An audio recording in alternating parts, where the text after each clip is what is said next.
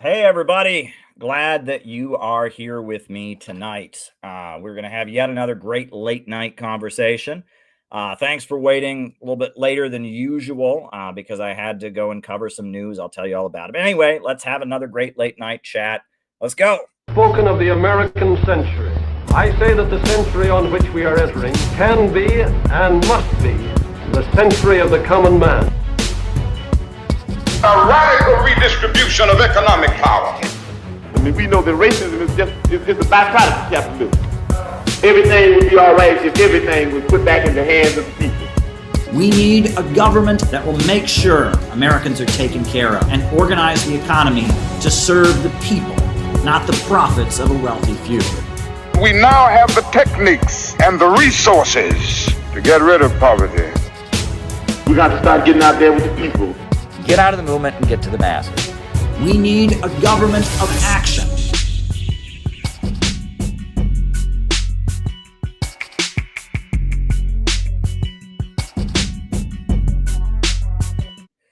Welcome, everybody. I am so glad to be here with all of you tonight.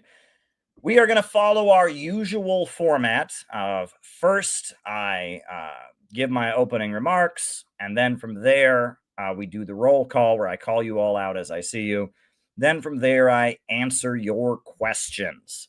That is the format that we normally use. So send any questions you've got as Rumble rants on the Rumble or to Caleb Moppin 22 on the Cash app. That is what we would really appreciate it if you did. As far as announcements, become a member of the Center for Political Innovation. We're always doing great stuff, always doing great things. Other than that, first opening remarks, then the roll call, then I answer your questions. So send me questions for the second half of the show. Send Rumble rants on the Rumble or Caleb Moppin 22 on Cash App. Happy to answer any questions that you all may have. Happy to do it. So, as you all are aware, we were going to start at 9 tonight. We ended up starting at 10. The reason was there was a pretty big event that happened. The Jewish Voices for Peace had a demonstration at the Trump International Hotel in Columbus Circle in New York City. And a number of people were arrested. I was on the scene covering it, and I've got a huge amount of video, which I will be editing later. You'll get a full video report of the event later tonight or tomorrow or whenever I edit the video. I got to get all the video together. But I guess I'll just give you a quick preview of what I saw outside of Trump Tower.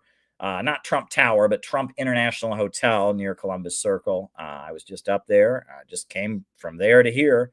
Came home to stream after the event ended, after the arrests went down. Here we go. Not accompany the arresting officer voluntarily to the prisoner transport vehicle or resist arrest, you may be charged with additional crime. Since you have refused to leave the roadway, I am ordering your arrest for violating New York City traffic rules. If you do not accompany the arresting officer voluntarily to the prisoner transport vehicle or resist arrest, you may be charged with additional crime. Since you have refused to leave the roadway, I am ordering your arrest for violating New York City traffic rules. If you do not accompany the arresting officer voluntarily to the prisoner transport vehicle or resist arrest, you may be charged with additional crime. Since you have refused to leave the roadway, I am ordering your arrest for violating New York City traffic rules. If you do not accompany the arresting officer voluntarily to the prisoner transport vehicle or resist arrest, you may be charged with additional crime. Since you have refused to leave the roadway, I am ordering your arrest for violating New York City traffic rules.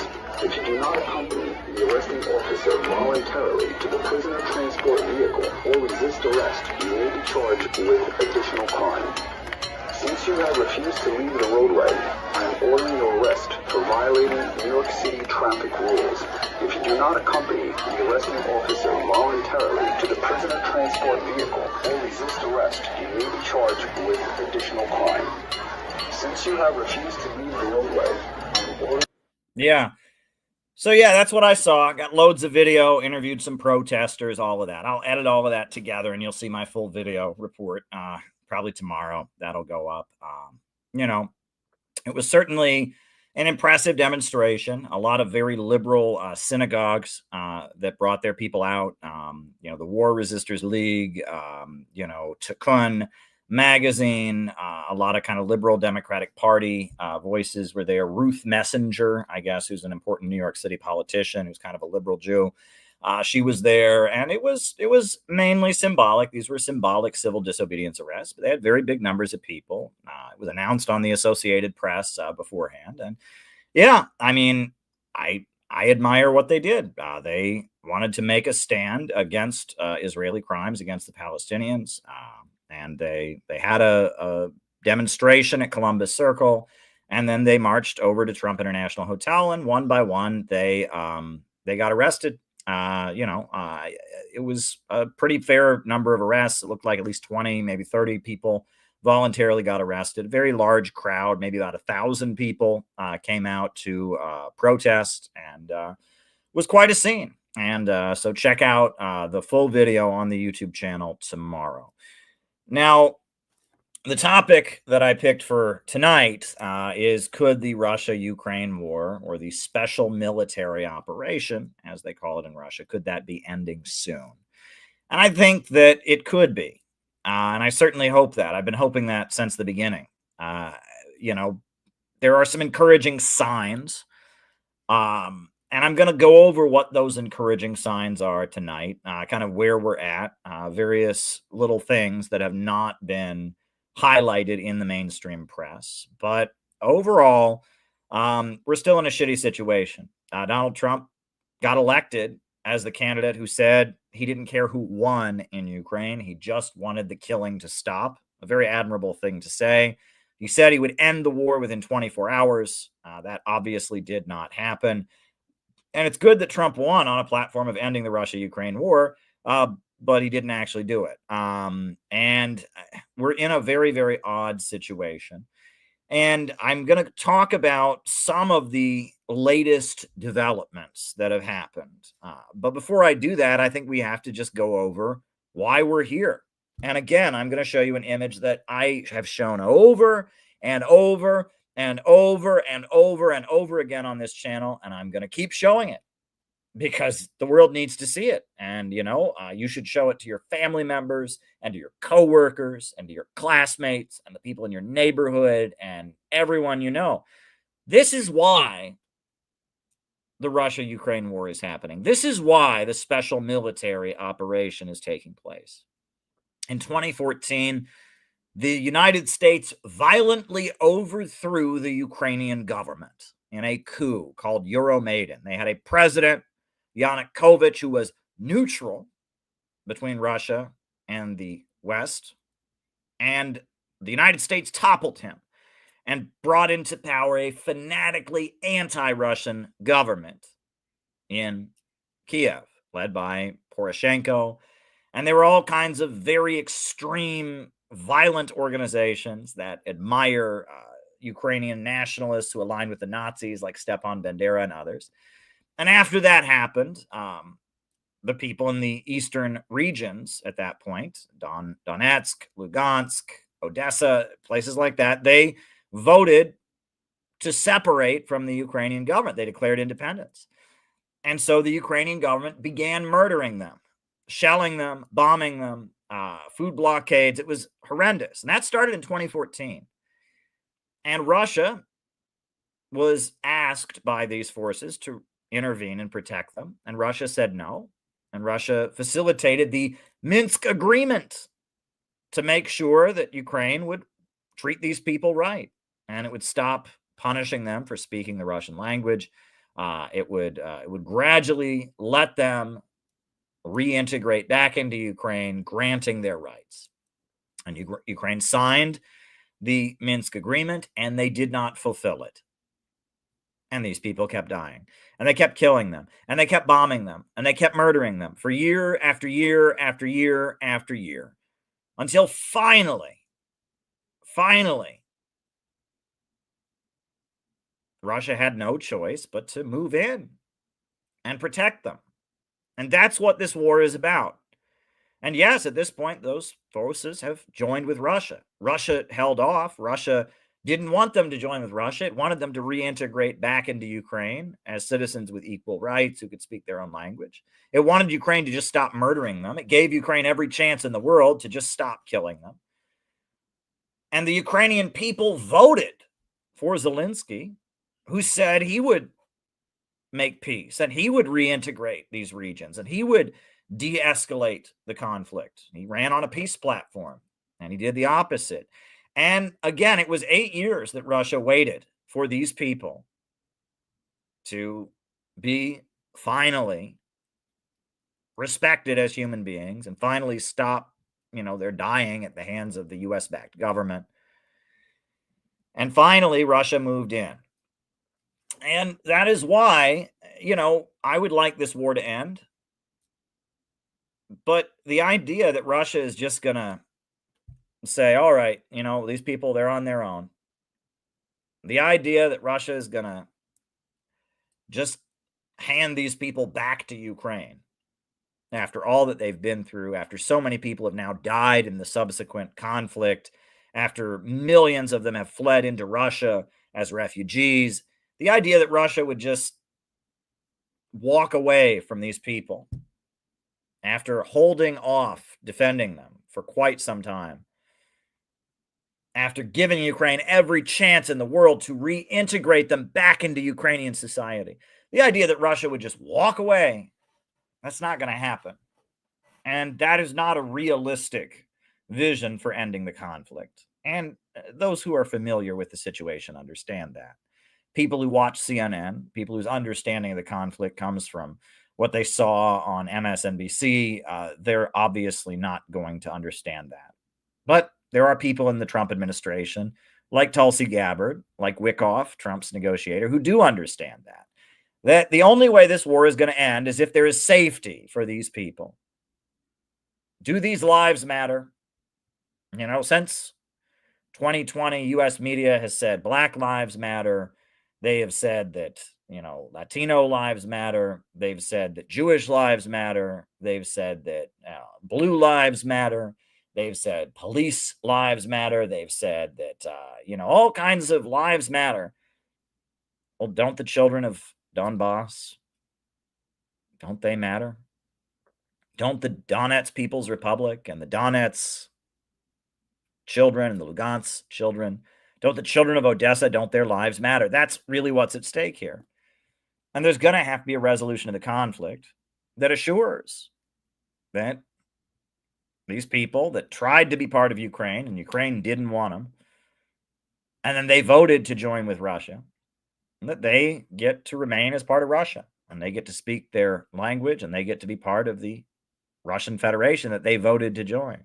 If Ukraine wanted these people, it could have just treated them as human beings. It could have just fulfilled the Minsk agreement. It could have just let Zelensky do what he was elected to do and make peace.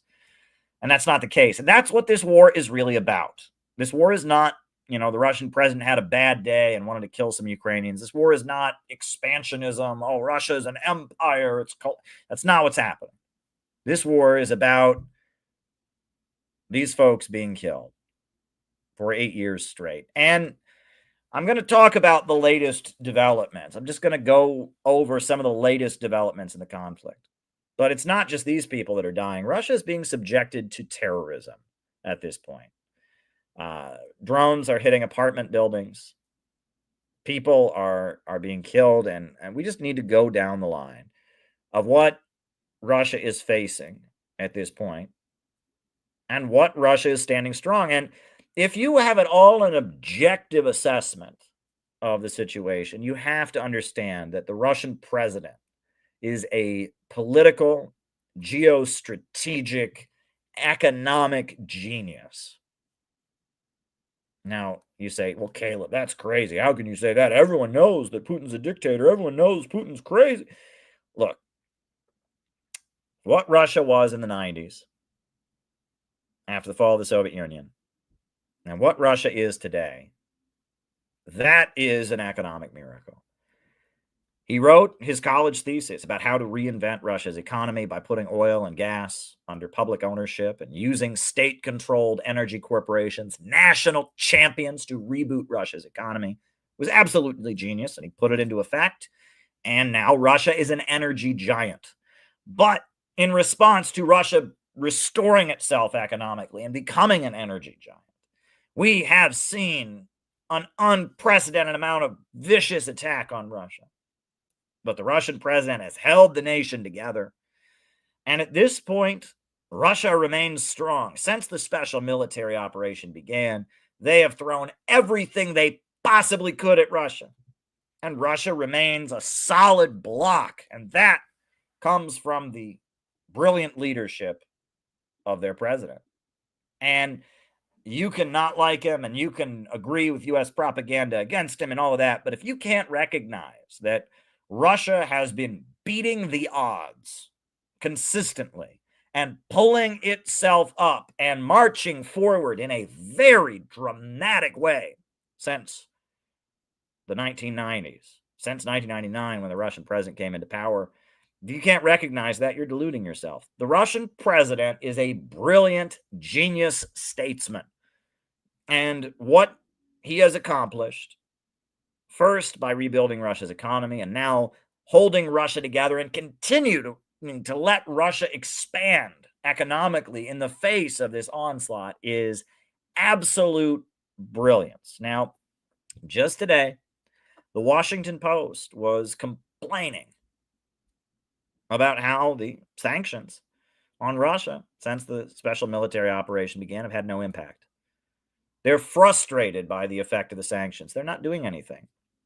They were really hoping that when the special military operation began, that they would be able to mobilize the world to isolate Russia. And they failed to do so. This was the Afghan trap of Brzezinski all over again. In 1979, the United States provoked a situation in Afghanistan where the pro-Soviet generals would take power prematurely, and the population would be against them, and all kinds of radical Muslim extremists could go to Afghanistan and start fighting the pro-Marxist government, and the Soviet Union would have no choice but to move its forces into Afghanistan. And then the USA could use that to isolate the Soviet Union. And it worked. And the USA was able to boycott the 1980 Olympics in protest of Afghanistan. The USA was able to restart draft registration in opposition to the Soviet Union in Afghanistan. There was all kinds of demonization of the Soviet Union, playing up the idea, oh my God. And now we know it was all the U.S. plan all along. Brzezinski, who was the national security advisor to President Carter, called it the Afghan trap. They created a situation where Russia would have to move its forces into Afghanistan, and then they used that Russia's aggression in Afghanistan to mobilize the international community and mobilize the world against the Soviet Union, right? And this is the Afghan trap 2.0. And it's not really surprising because Barack Hussein Obama, who was the president when the Euromaidan coup happened, studied at Columbia University at their School of International Studies, headed by Zbigniew Brzezinski. And in fact, Zbigniew Brzezinski functioned as an advisor to Barack Hussein Obama's campaign. And this geostrategic strategy of provoking a situation where Russia becomes isolated, I mean, this is right out of the Brzezinski playbook. This is what Brzezinski bragged about. And that's why Russia held off so long from going into Ukraine. The Ukrainian forces were committing all these crimes, and Russia did its best to create a situation to try and make it so they didn't have to move in. And that's why they didn't want to go in. They knew that this was a U.S. plan all along. But after year, it got to the point where Russia really had no choice, and they had to move in, and they had to protect the peoples of Donbass. And when that happened, the Biden administration thought they had it made, and they were convinced they could use this to just demolish Russia's economy. And they went to India, and they said, India, now you're going to stop buying Russia's oil. And India was like, no. And they went to China and they said, China, now you're going to stop having joint military exercises with Russia, and you're going to cut off Russia, and you're going to stop selling them your technology, and you're going to stop buying their oil. And China said, no. And they called up the Kingdom of Saudi Arabia, and they said to the King of Saudi Arabia, the Crown Prince Mohammed bin Salman, they said, Mohammed bin Salman, now that Russia has invaded Ukraine, why you are going to stop negotiating with Russia, and you're going to stop having any agreements with them, stop building nuclear power plants with them. Oh, you're going to... Yeah. And the Crown Prince of Saudi Arabia said, actually, Russia is a major oil exporting country, and so is Saudi Arabia. And we have to be able to talk to the Russian president on the phone and negotiate oil price outputs, because both of our economies are highly wrapped up in oil. And if we aren't coordinating, the oil markets are going to go crazy. And both of us have a lot of money on the line. So no, we're not going to do that. The USA said to Brazil, you're going to cut off Russia, right? You are going to show those Russians that they're no good, and you're going to stop buying Russia's fertilizer, and you're going to stop buying Russian farm equipment. And Brazil was like, no. And the special military operation is year after year after year in the works, and Russia's economy has not tanked. It hasn't gone down. It hasn't crashed. Russia's economy remains strong. And Trump knows and has admitted, the Trump administration has acknowledged that these sanctions have no real impact. They are not weakening Russia. If anything, Russia's economy is stronger, and there's a more solid alternative in the global economy now than there was before. The BRICS had already started. The Eurasian Economic Union had already started. The Shanghai Cooperation Organization had already started. But what the United States did with forcing the special military operation didn't slow that process down at all. In fact, it sped it up.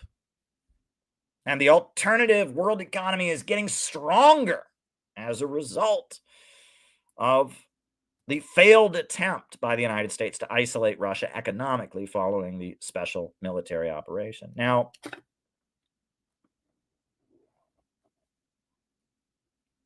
the next thing I would like to acknowledge is that Russia has been subjected to a wave of terrorism since the special military operation began. And U.S. mainstream media doesn't bother to point this out. But the Ukrainian military have done vicious, evil things to the Russian soldiers they've captured, right? Taking their phones and, executing young men and then sending the videos to their families, torturing people. You go down the line. The Ukrainians have done some very, very evil shit. One of the most evil things was they murdered a bunch of teenagers in a Russian auditorium. The Crocus City Concert Hall, located near Moscow. There was a rock and roll concert happening. And some terrorists got into the concert and opened fire and shot up the concert. It was one of the most blatant, ugly acts of terrorism that we've ever seen. The perpetrators were Islamic extremists. However, we now know they did it in coordination with Ukraine. And Ukrainian intelligence used these Islamic terrorists as proxies. And, you can say, well, Caleb, you don't really believe that, do you? That's just Russian propaganda. Well, then why did the U.S. State Department announce that it was going to happen? That's right. A couple weeks beforehand, the U.S. State Department announced that there was going to be an attack on a concert in Russia, just so that Russia would know where it came from. And they just have started the trial of the perpetrators of this horrendous attack. These were children who went to go see a rock and roll concert, who were murdered, right? You want to talk about a war crime. The U.S. government knew. The U.S. government announced a week or so beforehand, just so you know, we have gotten some information. There just might be a terrorist attack at a concert. And it was blatant. It was blatant. The US government knew exactly what was going to happen, and they wanted to let the Russians know that it came from America. And so they announced it to the whole world. That's called terrorism. Now, how would we in America react if there was a 9/11 like event? Right? If a bunch of teenagers were murdered at a rock and roll concert by Islamic terrorists, and before it happened, Russia basically announced, just so you know, there's going to be a terrorist attack. Some people we've been talking to knew about it, just so you know. We would probably nuke Russia over that. And Russia has had to endure that. How is that not terrorism, what Russia is enduring? The fact that the Ukrainian government, coordinated with Islamic extremists of the ISIS variety, sent them into Russia to do this. I mean, and the US government knew they were doing this and was so determined to make sure that Russia saw it as coming from America that they announced it ahead of time. I mean, I mean, there you go. Now the drone terrorism, the fact that Russians have spent the summer hiding in bunkers, all kinds of beaches have been targeted with drones, civilian beaches, etc. And the Russian government and media, they know what the intention is. The intention is to make the depoliticized people in Russia blame Putin for this. And they want to repeat of the fall of the Soviet Union. At the time the Soviet Union fell, there was a big layer of the population that was convinced that the problem was the Soviet Communist Party. They were convinced that if we only got rid of the Communist Party, we only dissolved the Soviet Union, then America would get off our backs and everything would be fine. There was a big layer of people who believed that shit. Gorbachev believed that. Yeltsin believed that. All kinds of people in the former Soviet Union believed that. Now, many people did not believe that. Russian President Putin didn't believe that. Alexander Dugin didn't believe that. Millions of people who supported Zhuganov, they didn't believe it. All kinds of Russian nationalists did not believe it. But there was a layer of people that believed that. And if you pay attention to what Russian leaders are saying, the idea is that they hope that, they know that people in the Russian military know what's going on. They know that people in the Russian government know what's going on, but they're hoping that a layer of people in the country will think, oh, the reason we have to hide in our drone shelters, the reason that our children are being murdered at concerts, it's all Putin's fault. It's all Putin's fault. It's all the Russian government's fault. If we would just surrender and put in some pro-American guy, then America will leave us alone and everything will be fine. Well, how well did that work in 1991? How well did that work? How well did dissolving the Soviet Union and bringing in Yeltsin, how well did that work? Not well. Not very well. And the Russian government has done a very good job of educating the population, and it's not going to work. But it's a very, very sinister, cowardly tactic, the war of terrorism against Russia that's being waged right now. Right? You terrorize all of their allies in eastern Ukraine. You kill all these people, all these children, right, year after year, and force Russia to move its military in to protect them. Then you use that excuse to start shooting drones into Russia. You hire, Islamic terrorists to go shoot up their rock and roll concerts and kill teenage girls and teenage boys and children at a rock and roll concert in a concert hall. I mean, what is being done to Russia is criminal. And it is the war tactic of sinister mobsters. There's nothing honorable about the U.S. fight against Russia.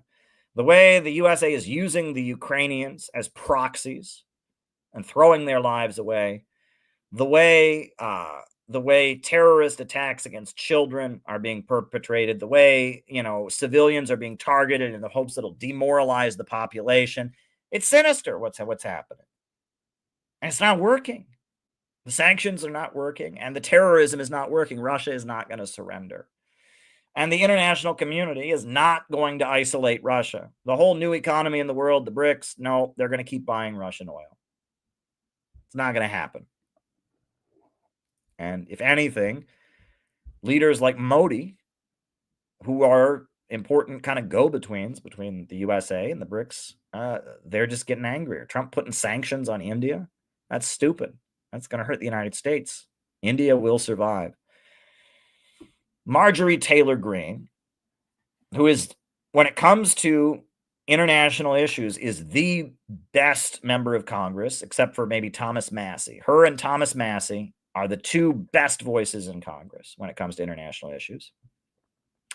Marjorie Taylor Greene, who did recently call what Israel's been doing in Gaza a genocide, Marjorie Taylor Greene says that funding Kiev is a betrayal of Americans. That funding Kiev is a betrayal of America. Sending our money to this ugly war, prolonging this ugly conflict, is a betrayal of America.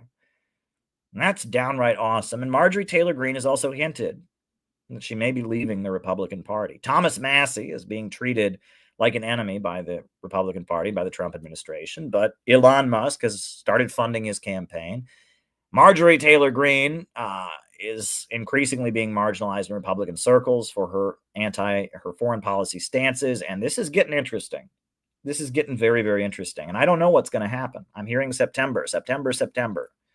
I'm hearing there may be an opportunity for a ceasefire in Ukraine or in Gaza at some point, and that there's a lot of backroom stuff going on. I have contacts, as you know, that are close to the administration and also close to libertarian and anti-war circles, and they tell me September. So I'm holding my tongue. I'm reserving judgment. I'm not ready to jump the gun, but I'm hearing that some big changes are headed our way. Now, the big thing, the big development in terms of American politics is that Tulsi Gabbard has revealed that Russiagate, the idea that somehow Russia meddled in the U.S. elections to help Donald Trump, was malarkey.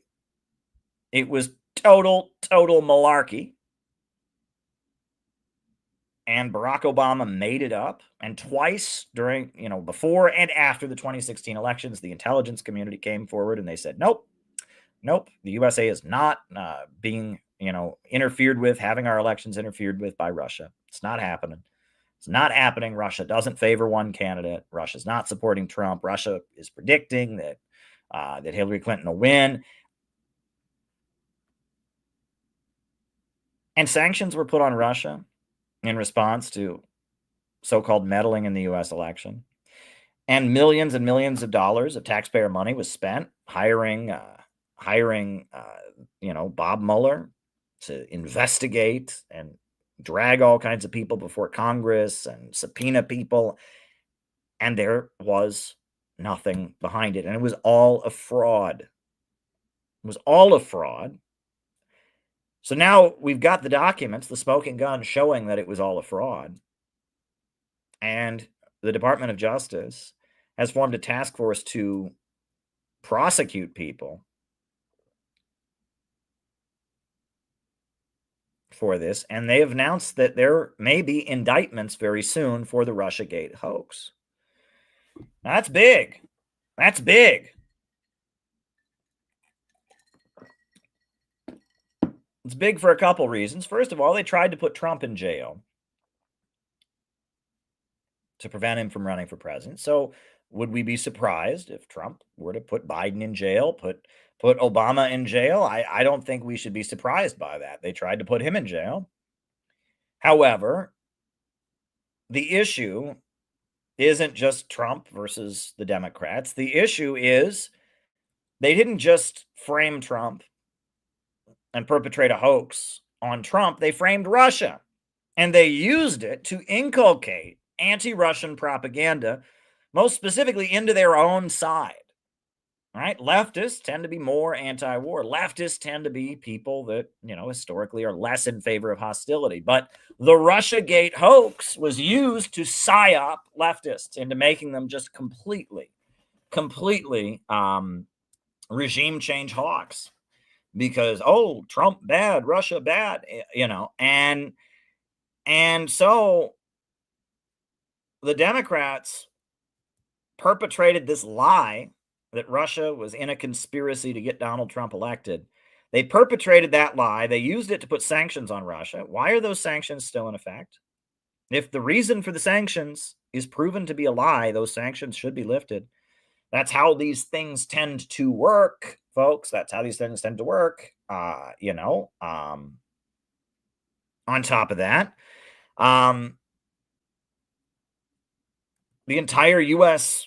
discourse has been predicated around this idea that Russia interfered in the elections. It didn't happen.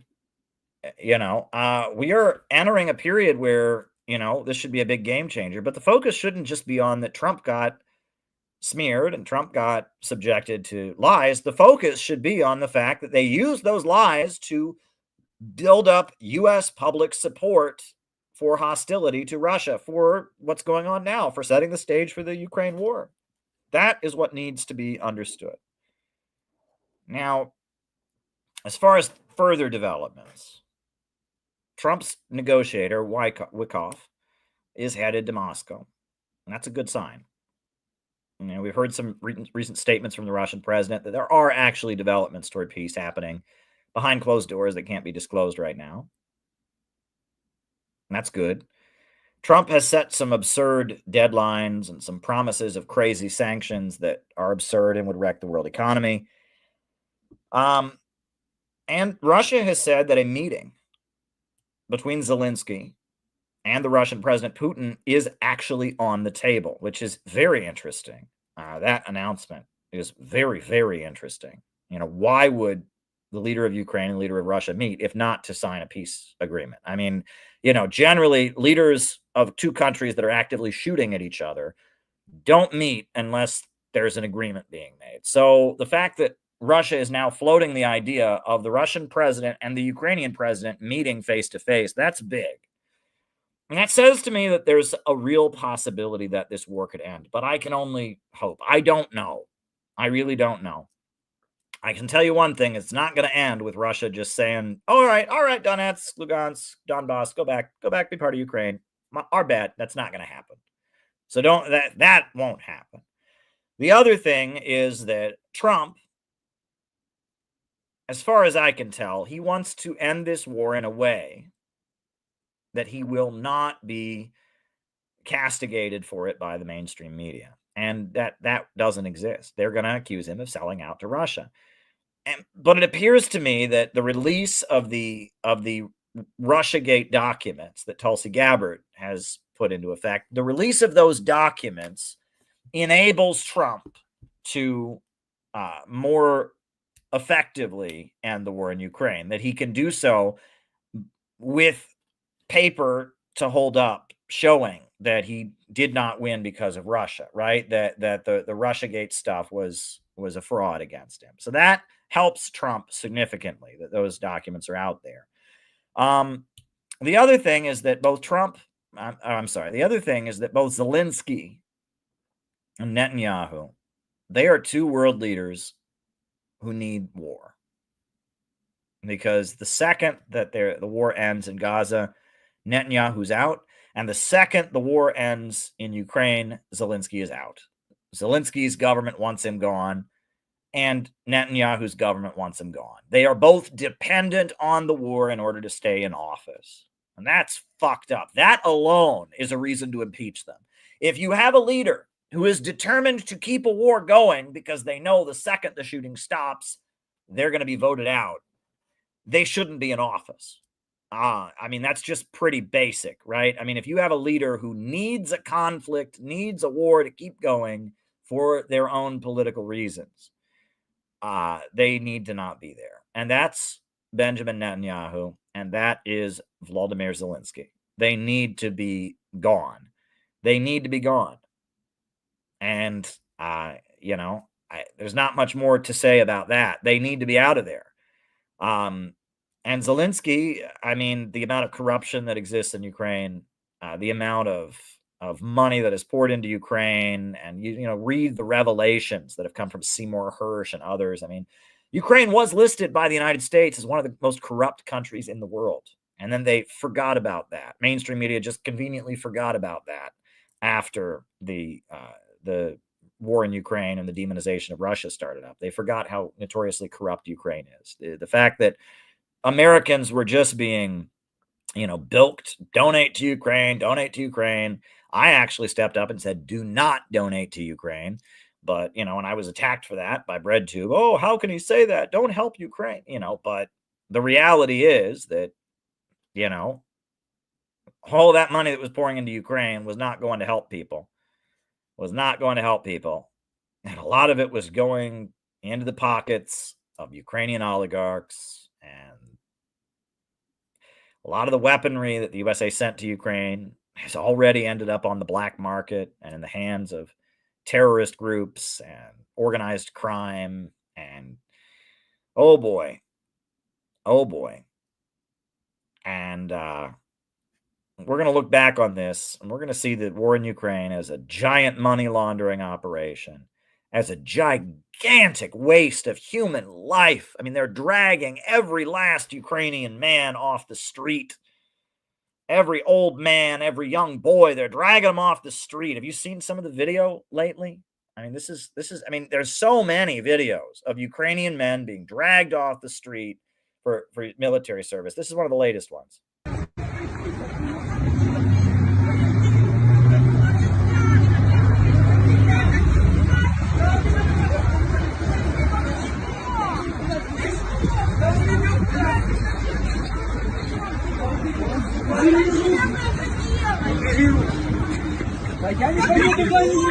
Yeah, that looks like a man who just wants to fight for democracy, right? He saw the military people there and he said, aye, aye, sir, let me go fight and defend my country. I hate me some Russia, right? He looked so excited to go fight and die for the European Union and for Wall Street. I mean, you know, a whole generation of men in Ukraine is being wiped out right now in this conflict.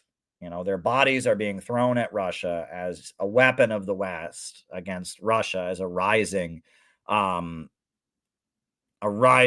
economic opponent. And look, if you want to understand what this war is about, it's the fact that Wall Street doesn't want competitors. Who runs the Western economy? Who runs the Western world? Bankers. And if you look at all the big banks in America, they're all tied to oil companies. ExxonMobil is the largest oil company in the world. And ExxonMobil is also synonymous with Chase Bank. Chase Bank, JP Morgan Chase, the Rockefellers Chase Bank, and JP Morgan, General Electric, all tied in together in ExxonMobil, the world's largest oil company, the modern day continuation of John D. Rockefeller's Standard Oil. That's the biggest bank in the world. That's the biggest bankers in the world, etc. But who else do we got on Wall Street? Well, we got another bank called HSBC Bank. HSBC Bank. What does HSBC stand for?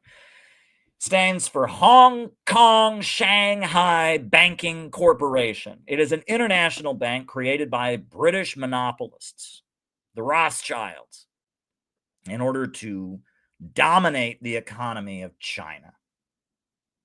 It's a British bank called the Hong Kong Shanghai Banking Corporation. The British Empire seized control of China with the 2 Opium Wars, used their financial empire to crush China's industries. The Hong Kong Shanghai Banking Corporation, it's British bankers, British oil money, and it's British Petroleum.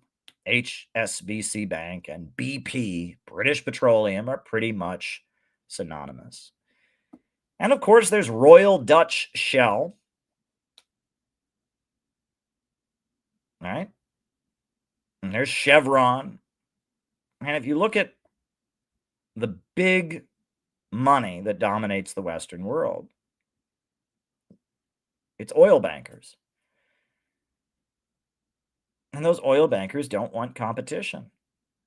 And Russia fixed its economy after the fall of the Soviet Union by selling oil and natural gas on the international markets. Russia is a competitor on the international markets with Wall Street and London. The oil banking elite of Wall Street and London doesn't want Russia to be a huge competitor with them. And all the oil that China buys from Russia, that's oil somebody did not buy from ExxonMobil, BP, Shell, and Chevron. And all the oil that India buys from Russia, that's all oil they didn't buy from ExxonMobil, BP, Shell, and Chevron. All the oil that is purchased by Brazil from Russia, well, that's oil they didn't buy from ExxonMobil, BP, Shell, and Chevron. Russia is a competitor. They are an energy giant. They sell oil and gas on the international markets, and they use that money to pave their roads and invest in fusion energy research and to provide schools and education for their people and to build power plants. And they've used energy revenue to rebuild their economy. Russia has problems, just like any other country. I'm not pretending it's a paradise, but they use public ownership of oil and natural gas and the huge amount of revenue that brings in to rebuild their country economically. And they've done so very successfully. And that is why Wall Street and London want to destroy them. And you'll remember in the 1990s, Russia was economically devastated. After the fall of the Soviet Union, Russia was in a world of hurt. Mass unemployment, 30% unemployment, extreme poverty. I mean, they lost like 10% of their population during those years. People just fled to find work or they died. Rise in drug addiction and suicide. The 90s was an awful time in Russia. But you'll remember in the 90s, America loved Russia. Boris Yeltsin was a drunk failure who auctioned off his country to the highest bidder, was just selling off different parts of the country to big corporations. And Russia was economically demolished. They started importing all their food from the West. They weren't producing their own steel. Their industries were basically just falling apart. But I was a kid during those years, and we were told Russia is doing great. They're free now. They're part of the free world. It's great. Oh, Russia is great. Everything's great in Russia now. Well, it was great for Wall Street. It wasn't great for the Russian people. They were starving and dying, losing their life savings. But it was great for Wall Street. We had no problem with Russia when they were down for the count. When they were knocked over, unconscious and bleeding on the mat, yeah, then we got along great. Then Wall Street and Washington D.C., the Pentagon, oh yeah, everyone loved Russia in those years. But when Russia got back on its feet, when the oil prices went up in the Bush administration, when Putin came in, an effective leader who centralized the economy around public ownership of oil and gas, and when Russia's economy started expanding during Putin's first term in office, the wages of the average Russian tripled. Little known fact, tripled. Now, there was a lot of inflation, so it doesn't exactly, but tripled. That's big, right?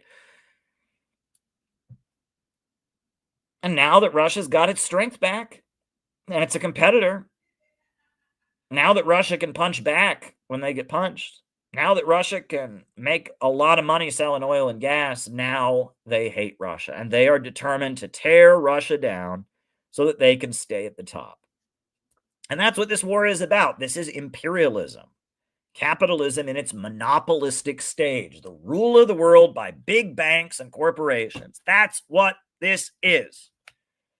Imperialism doesn't mean going to a country and looting taking its resources. Imperialism doesn't mean investing in a country and giving people jobs. Imperialism doesn't mean bringing electricity so the poor indigenous people lose their beautiful indigenous ways. Imperialism is about economically demolishing a country and making it a captive market, impoverishing and holding back a nation's development. That's what imperialism is. And imperialism is what Russia has been subjected to and what Russia broke free from.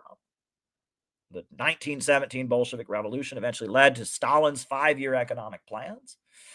And Stalin's 5-year economic plans built up Russia into a modern industrial country with its own steel industry, with its own power plant. The biggest power plant in the world was built in Ukraine, mind you.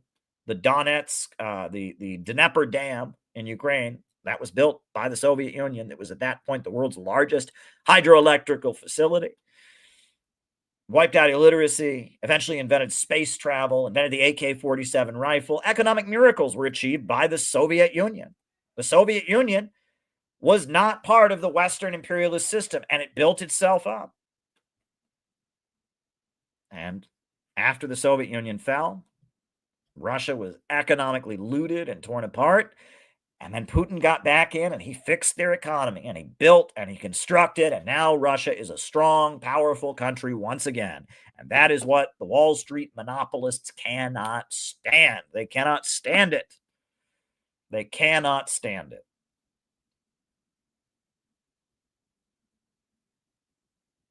And they want to stay at the top of the world. They want the world to stay poor so that they can stay rich. They are determined to keep their position at the top of the world.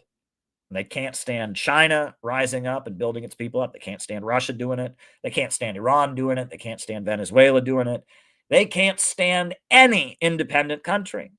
They want to stay at the top. The world must stay poor and get poorer so that these rich, powerful interests in the West, these big monopolies, can stay at the top. And their system can't handle it.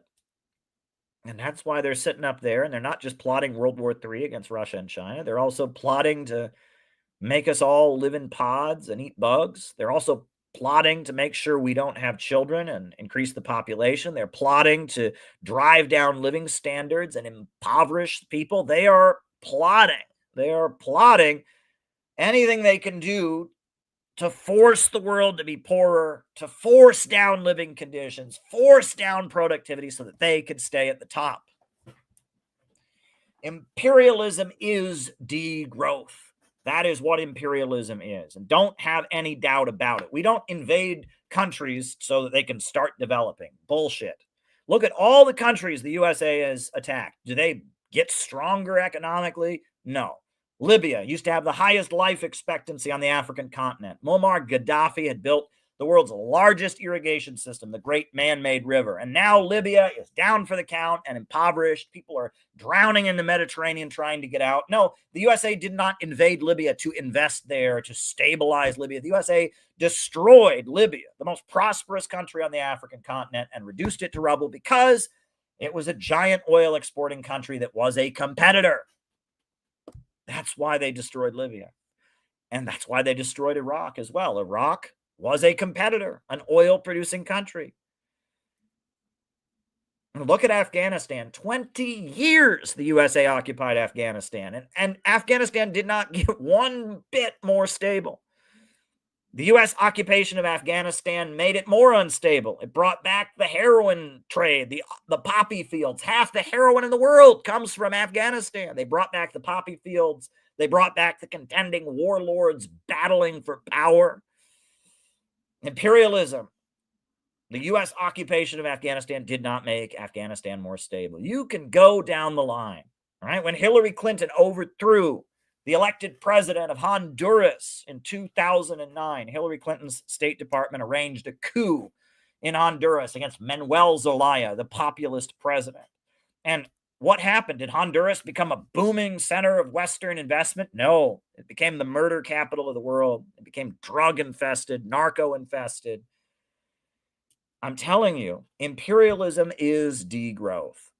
Imperialism is degrowth. And their sinister plans for World War III walk hand in hand with their sinister plans to reduce consumption and reduce the population and grind us all into poverty here in the West. The imperialists have a scarcity mindset. They say there's only so much in the world, and if other people have, that's taking from us. It's a really sinister way of seeing things because the reality is human beings are amazing. Human beings have innovative and creative ability like no other species. And Russia getting stronger doesn't hurt us one bit. And China getting stronger doesn't hurt us one bit. And India getting stronger does not hurt us one bit. And Africa and the people of Africa rising up from poverty doesn't hurt us one bit. And there's a whole new world that's rising where we can trade with each other on the basis of win-win cooperation. We could have an economy in America where Africa getting wealthier makes us wealthier. China getting wealthier makes us wealthier. Russia getting wealthier. Latin America getting wealthier makes us wealthier. We could have an economy where the banks and the factories and the industries are rationally organized to serve public good and not the profits of a wealthy few.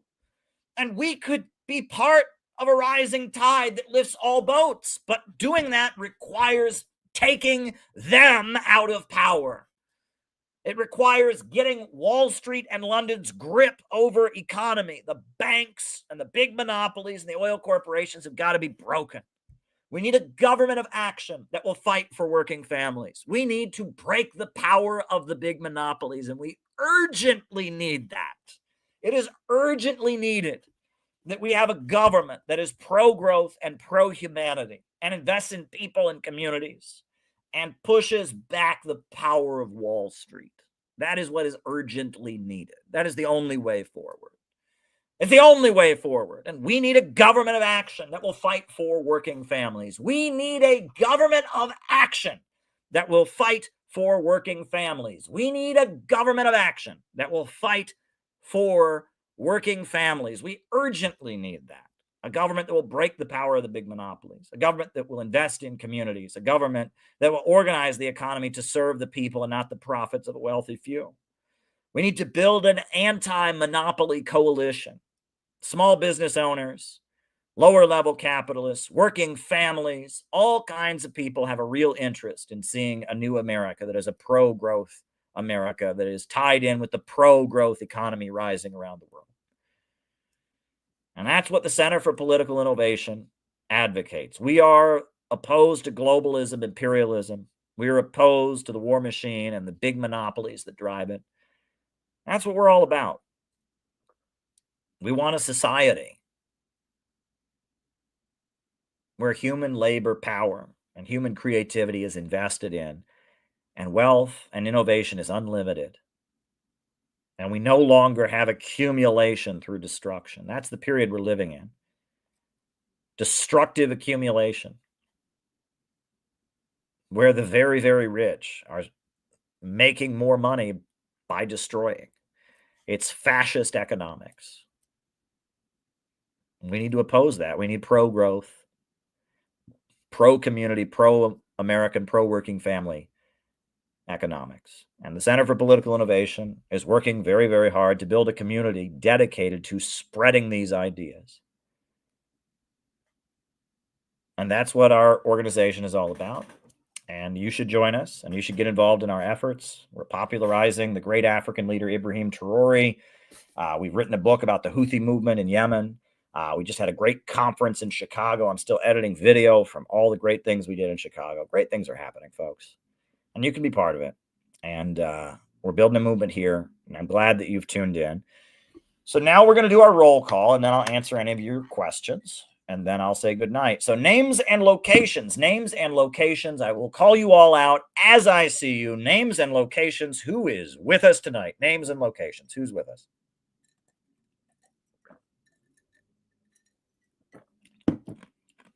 Names and locations. Who is with us tonight?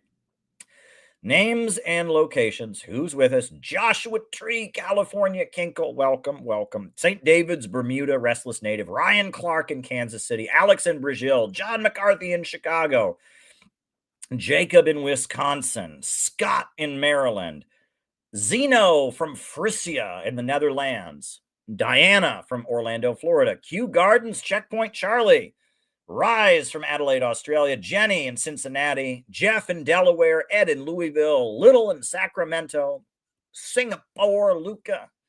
Names and locations. Fred from Alameda. Murden from St. Paul, Minnesota. Names and locations. Names and locations. Lane in the Yukon. We got Randy from Trinidad. Welcome, welcome, welcome. John in Maspeth, Queens. Carolyn and Dario from Brooklyn. Shout out to you. Good to hear from you. Names and locations. Names and locations. I will call you all out as I see you. Names and locations. Anybody else with us tonight? Names and locations. Names and locations. Who is with us tonight? The seasoned noob from China. Names and locations. Anybody else? Anybody else? Names and locations. Names and locations.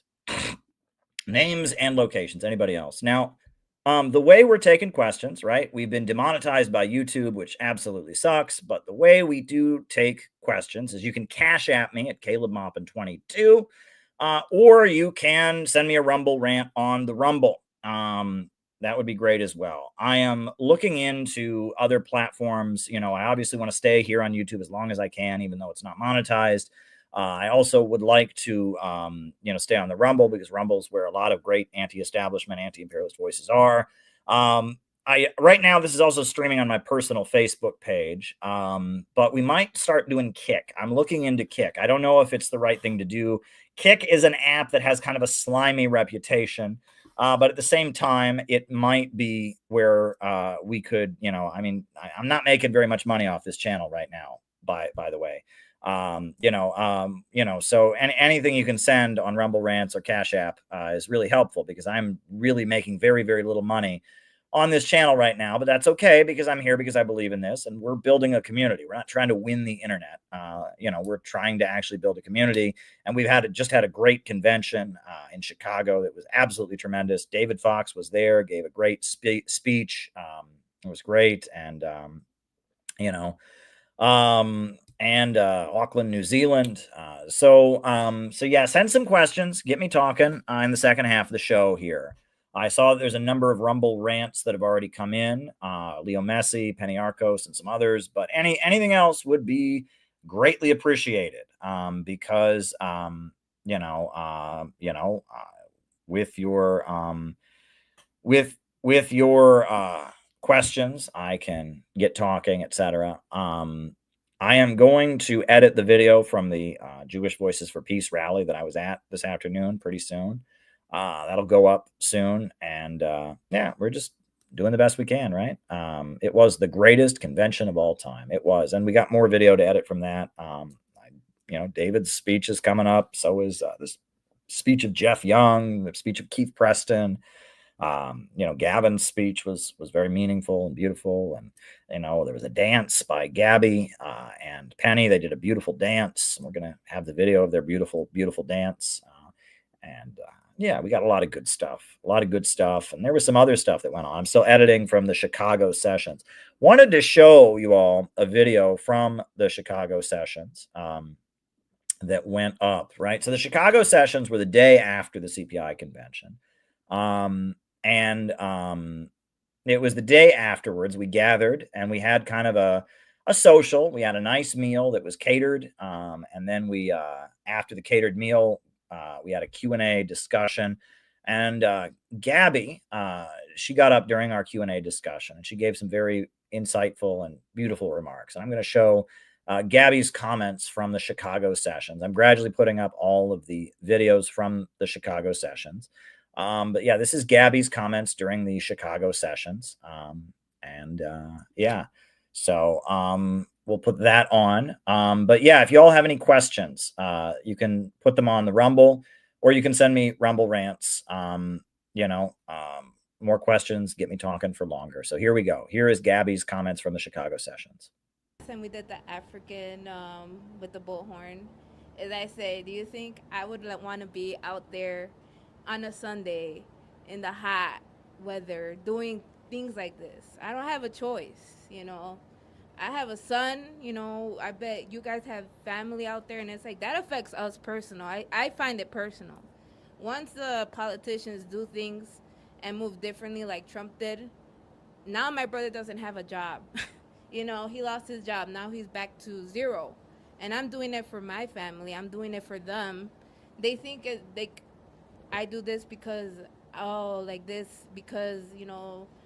want to be an influence to people like me who are poor, I want to guide them. I want to kind of also take care of people too. That's always a gift that I felt like I always had, but I didn't know how to navigate it But just being part of this made me realize how important you guys are, and just making sure that you guys are well taken care of as best as I can. And like, I think just caring for one another just takes, it's a long shot, but it'll benefit all of us at the end. So pretty much that. And then just the depression rate since 2020 is like off the roof. So like I said, ever since it's been 5 years since 2020.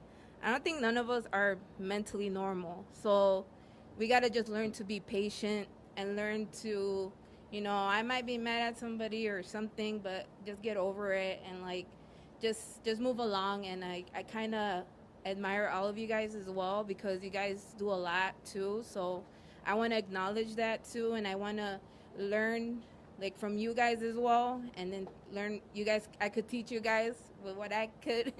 But other than that, I kind of admire kind of all of you guys. So I appreciate you guys. So thank you. Oh.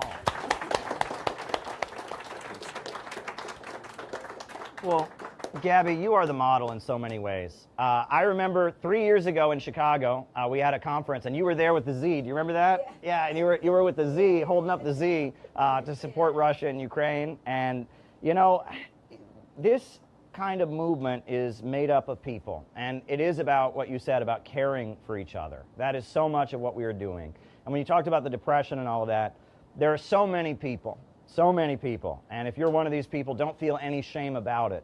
There are so many people that when they start to do something and they start to get involved, there's a voice in the back of their head that says, you're going to fail, you're going to look stupid, everyone's going to judge you. Why are you doing that? Why are you wasting your time? And sometimes that voice is the voice of an abusive parent.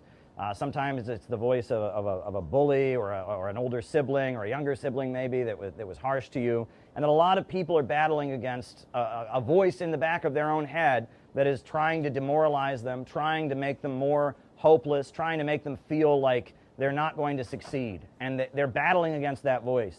And I've got a message for all of you, which is the best way to defeat that voice, the best method for defeating that voice is to be around comrades, to be with other people. They are the best way to fight back against that part of your mind.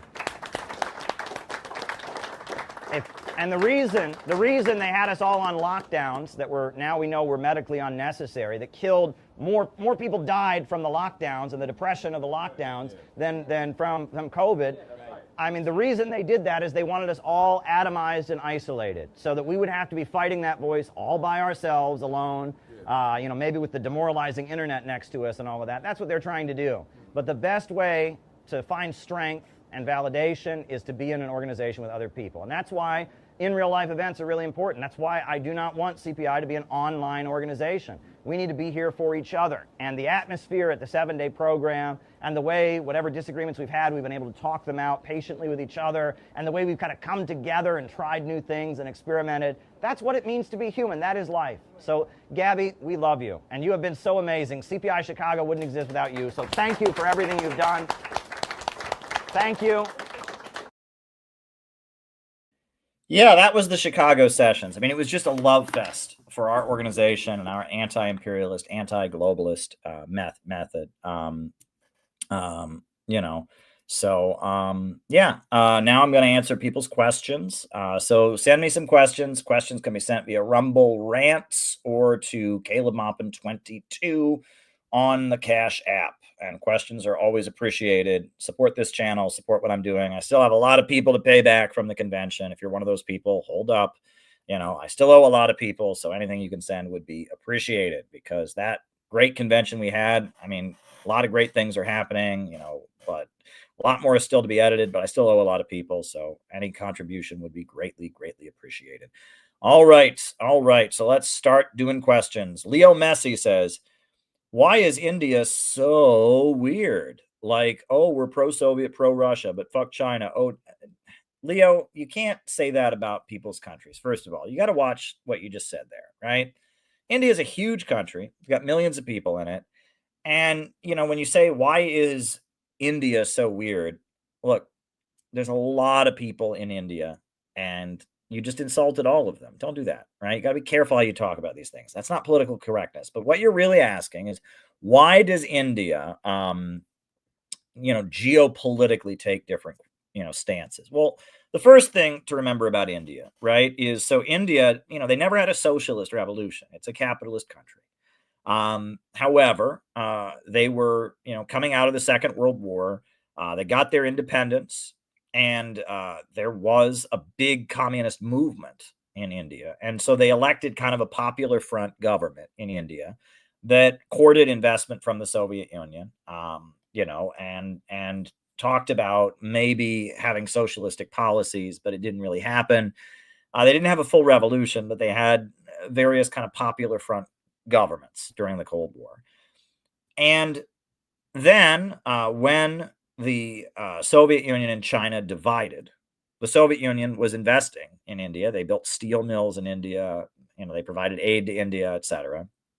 And China had its falling out with the Soviet Union. And there are disputed borders. India and China have disputed borders. There's disputed territory. So because of that, there was quite a bit of tension between China and India, and the Soviet Union aligned with India. And yeah, I mean, so there's disputed borders, right? And the Soviet Union supported India, and China was against the Soviet Union. And that's actually why during the Mao years, one of the greatest accomplishments of Mao Zedong during the height of the Cultural Revolution, which was not a good time, where the Gang of Four really promoted degrowth, etc. That's why China built the China-Pakistan Friendship Highway, which now lays the basis for the China-Pakistan Economic Corridor. As Pakistan hates India, right? And there's a big rivalry between Pakistan and India because they were originally all one country. Pakistan was the Muslims, the Muslim sections, right? And East Pakistan was Bangladesh. Bangladesh now has its independence, but it was originally, they were all considered one country by the British, but then, it became pretty clear that, the Muslims and the Hindus weren't going to get along. And so Pakistan was a Muslim country and India was a Hindu country. The British played up, people don't understand the caste system in India. That's something the British reinforced because it kept India impoverished. It's a backward, barbaric tradition. And that was something the British promoted. They didn't promote ethnic unity. They didn't, the caste system, the British played it up. They also played up Muslims and Hindus fighting each other because it was helpful in dominating all of them, right? And this is what people don't understand. When the British went to India, they burned all the looms. The people in India have been weaving for thousands of years. They had some of the most elaborate looms. The British burned them down, right? The British were keeping India impoverished. What was it that Mahatma Gandhi was arrested for? Why did they arrest him? What was his civil disobedience act that he would do over and over again and get himself arrested? Boiling salt water by the ocean. He would go to the ocean, he would boil salt water. That was a crime. You had to buy your salt from British salt corporations. And he would do it. He would defy the British by boiling salt, and he would force the police to arrest him by boiling salt water and making his own salt. India was a captive market. And, the caste system, Muslims and Hindus not getting along with each other, all the stuff that they just say, oh, the people of India, they're just backward. They're just primitive. No, those things were all reinforced by the British. And the people that the British occupiers killed were people who wanted to modernize the country. These are just facts. These are just facts. In fact, one of the greatest American socialist writers, she ended up being, dying in China, was a woman named Agnes Smedley. And Agnes Smedley was an anti-British activist who was involved in the struggle of Indian independence. And during World War I, she was going around meeting with people in India that were fighting for India's independence. So the U.S. Department of Justice threw her in prison and indicted her for, working against the British because they were our ally in World War I. She got out of prison and she wrote an autobiography that was about feminism. It's called Daughter of Earth, which was it was kind of an underground hit novel in the 1920s about the oppression of women, about all kinds of different things. Daughter of Earth. And then she became a huge supporter of Mao in China. huge supporter of Mao Zedong in China, and she ended up dying in China. You read all that. Agnes Smedley. She had a very, very exciting life as the kind of an American feminist and anti-imperialist activist who sympathized with India and eventually became a sympathizer of the Chinese Communist Party. Agnes Smedley is very, very much worth investigating. If you're interested in any of that kind of writing, she was a cutting-edge feminist writer of the 1920s, a solidarity activist with Indian independence, and eventually, she fell in love with Cho Tae, the Chinese Communist military leader, and she eventually died in China. She's buried in one of the most honorable cemeteries in China. Very fascinating. But yeah, India got support from the Soviet Union. India has historical borders that are disputed with China. India and China are both industrial countries, and China has the world's largest industrial working class. India has the second largest industrial working class. So I don't know why. It's not that China's weird. It's that it's not that India is weird. It's that India is not a communist country. It's a capitalist country. But because of Chinese and Russian investment, it has enough of an independent government, an independent economy, and an independent capitalist class. You have a leader like Modi, who's a Hindu nationalist, who very much, fits his view is he's critical of the West, and he's traditional and he's conservative, and he's an anti-communist, but he doesn't agree with Western culture. He's a social conservative in the Hindu sense, right? Not in the Western sense. He's not an evangelical Christian. He's a Hindu nationalist. He's a traditional Hindu. He's, feels that LGBT, that doesn't fit in with the way they do things in India. He's for the traditional family, etc. He's a traditionalist. He's a conservative. But his conservatism has an element of economic nationalism in it. He feels that the government of India should serve India's economy, not Wall Street, right? So India is in an interesting spot. There's class struggle in India. There's a whole region of India called Kerala that has been historically under the leadership of the Communist Party of India, Marxist. They run Kerala. You also have a variety of other communist groups in India that have seats in parliament. The Communist Party of India, the mainline Communist Party, the Socialist Unity Center of India that was started by Shivdas Ghosh. And I actually have Shivdas Ghosh, the founder of the Socialist Unity Center of India. I have one of his books. Yeah. Shivdas Ghosh, he's a very interesting figure. Shivdas Ghosh, he was the Socialist Unity Center of India. So Shivdas Ghosh was a leader of the Indian Communist Party. This is him. And Shivdas Ghosh, he took the position that India, Indian independence was important, and that when during World War II, India was told they must align with the British Empire against the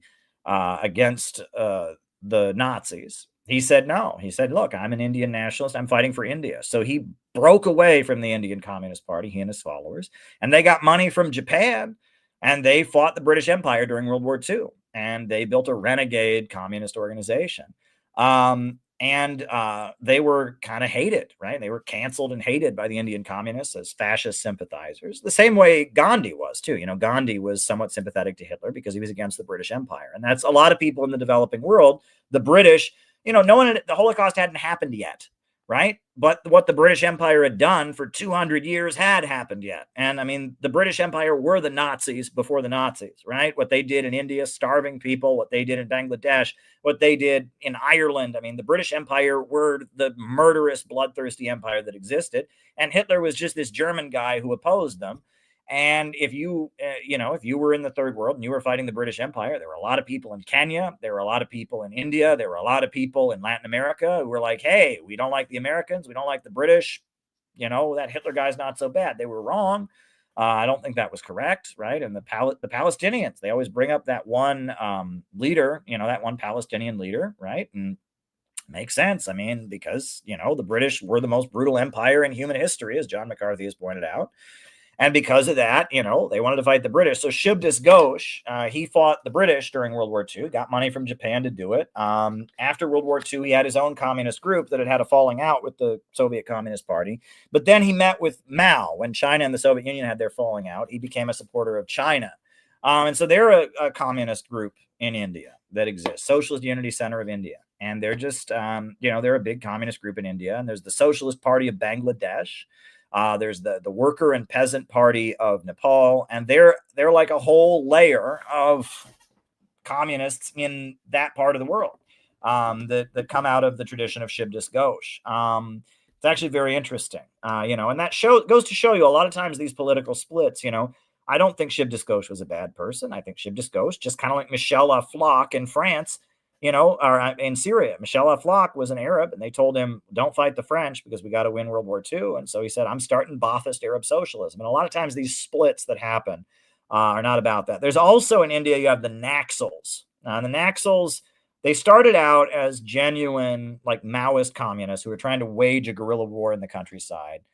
But they've deteriorated into criminals. They're just, robbers at this point. They're just criminals, and they operate in the countryside, and there's about 51 different little factions, and they rob people for money, and they're criminals. They do it in the name of Maoist communism, but they're just kind of criminal gangs. And those are, communism is a really big deal in India, right? Again, whole regions, whole provinces, whole seats in parliament. In America, being a communist in America is a stupid LARP. That's what it is in America. It's a stupid LARP. It's people who put on costumes. It's a college phase that you go through. You join a little group that sells newspapers, then you grow up and get on with your life. It's a stupid LARP. But in India, it's a serious thing. And when I went to global communist gatherings and met people from the Communist Party of India, Marxist, and the Socialist Unity Center of India, Communist, and the the various groups in India, these are real organizations. These are serious people. And that's what I would like to do. I don't call myself a communist anymore because I'm not in favor of dialectical materialism. And I understand that the anti-imperialist world has largely moved on from the Soviet way of doing things, and that nowadays every anti-imperialist country has its own kind of unique movement. What China has done, socialism with Chinese characteristics, going from Mao Zedong thought to Deng Xiaoping theory, all the way up into what Xi Jinping is doing. It's uniquely Chinese, and it's not classical Soviet communism. It's its own thing, and that's good. It should be. What Vietnam is doing with their market-oriented socialist economy, right, is very good, and it's very uniquely Vietnamese, and it's not the old Soviet style, and it's good. And what they're doing in Latin America and Nicaragua and Venezuela with Bolivarianism, what the Arab countries have done with Baathist Arab socialism, what Arab socialism in Egypt with Abdel Nasser, what Iran has done with not capitalism but Islam, what's happening in West Africa right now, and the Union of Sahel States with Ibrahim Traore. It's all new, but it's on the foundation of anti-imperialism. And we're building, and we will have ours. And it's called innovationism. What we're doing in America is called innovationism. It is an ideology that is uniquely American, that celebrates growth and innovation and human creativity, right? That understands that we need a government that invests in communities and people, that says that there is no limit to growth and human creativity, that is very spiritual, and calls for people to be connected with each other in an age when they're atomized. Innovationism is the American anti-imperialism, right? And that's what we are. And, socialism in America has become synonymous with degrowth. Socialists think growth is bad, and communists want death, destruction, and killing. They've held on to the dialectical philosophy. So, the whole anti-imperialist world that started on the basis of Soviet Marxism, Leninism, has kind of moved in a new direction.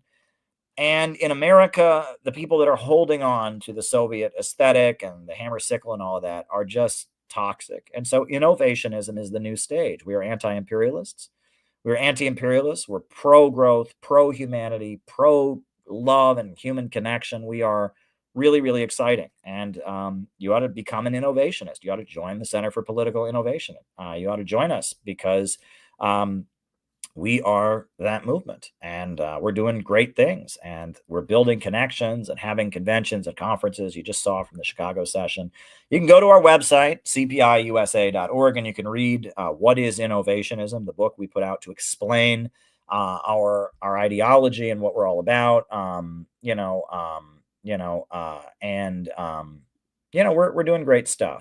We're doing great stuff. we're doing great stuff. And I'm very excited about what we're doing. So I hope that you will get involved. So let's answer the next question. Leo Messi says, why is Trump and MAGA mad at South Africa? They're mad at South Africa because there's lower level capitalists in South Africa who got their property from apartheid and colonialism, and they are feeling threatened by the ANC government, and so that's really what's going on there. It's that simple. There's a lot of South Africa. The land was never redistributed, right? So the white colonizers still own the land, and they still own the bulk of the economy. Apartheid was lifted, but there was no change in property relations. Because of that, a lot of people in South Africa are still very poor. There's been a new political party that's been formed. So the ANC, the African National Congress, is a coalition, but at the center of it is the Communist Party, the South African Communist Party. And basically, at the time that apartheid was overthrown, the Soviet Union was falling, and their original plan was to have a socialist society in South Africa. And now they can't do that. And after the fall of the Soviet Union, they couldn't do that. That would have meant civil war. So they did the Truth and Reconciliation, and they didn't change property relations.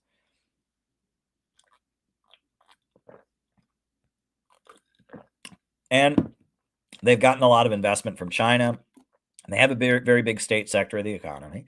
But there's a lot of wealthy white capitalist farmers who have a huge amount of land, and they make a lot of money, and they, and there's a lot of very, very, very, very poor South Africans, Black Africans that are very, very poor. And they have equal rights under the Constitution now, but they're still very, very poor.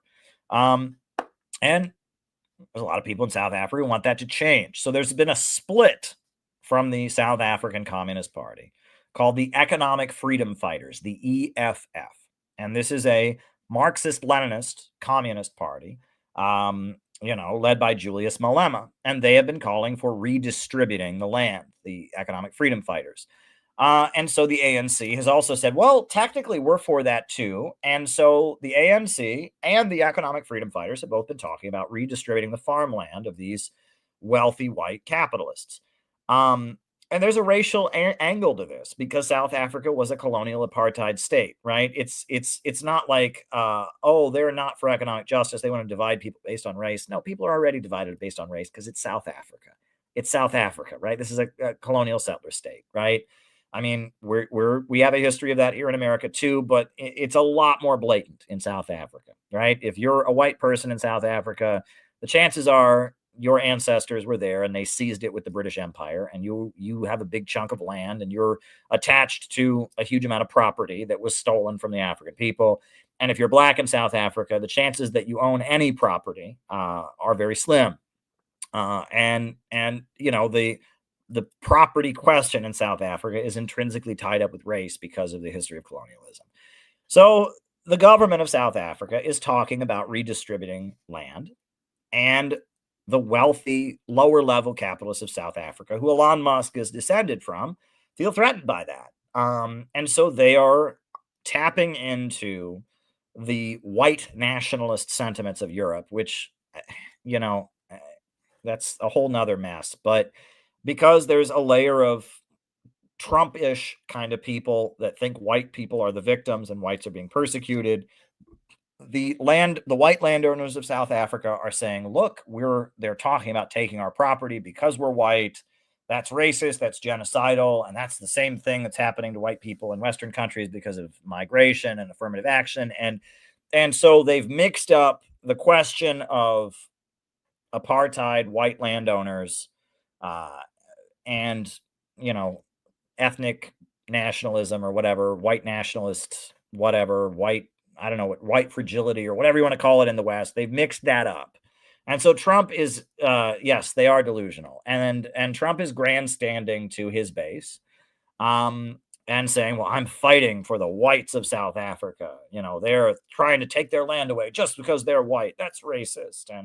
And to some people in the Trump camp who feel that whites are being victimized by immigration, by affirmative action, that's what's going on there, and it sucks. It sucks, honestly. And I just, it's one thing to argue that the class struggle in the United States, we shouldn't be focusing on race. We should be focusing on economic questions. That's one thing. And I don't always say that. I don't want to erase, groups like Uhuru that are fighting on the basis of black liberation. I support that. So it's more nuanced in America. In South Africa, it's very, very, very blatant. No, the white farmers of South Africa are not victims of racism. They're not being oppressed because they're white. And what Trump and Elon Musk is doing is really, really stupid. And I just, look, Rhodesia, the Rhodesian Bush War, right? That was the Rhodesia. Rhodesia was also an apartheid government named after Cecil Rhodes, the colonizer.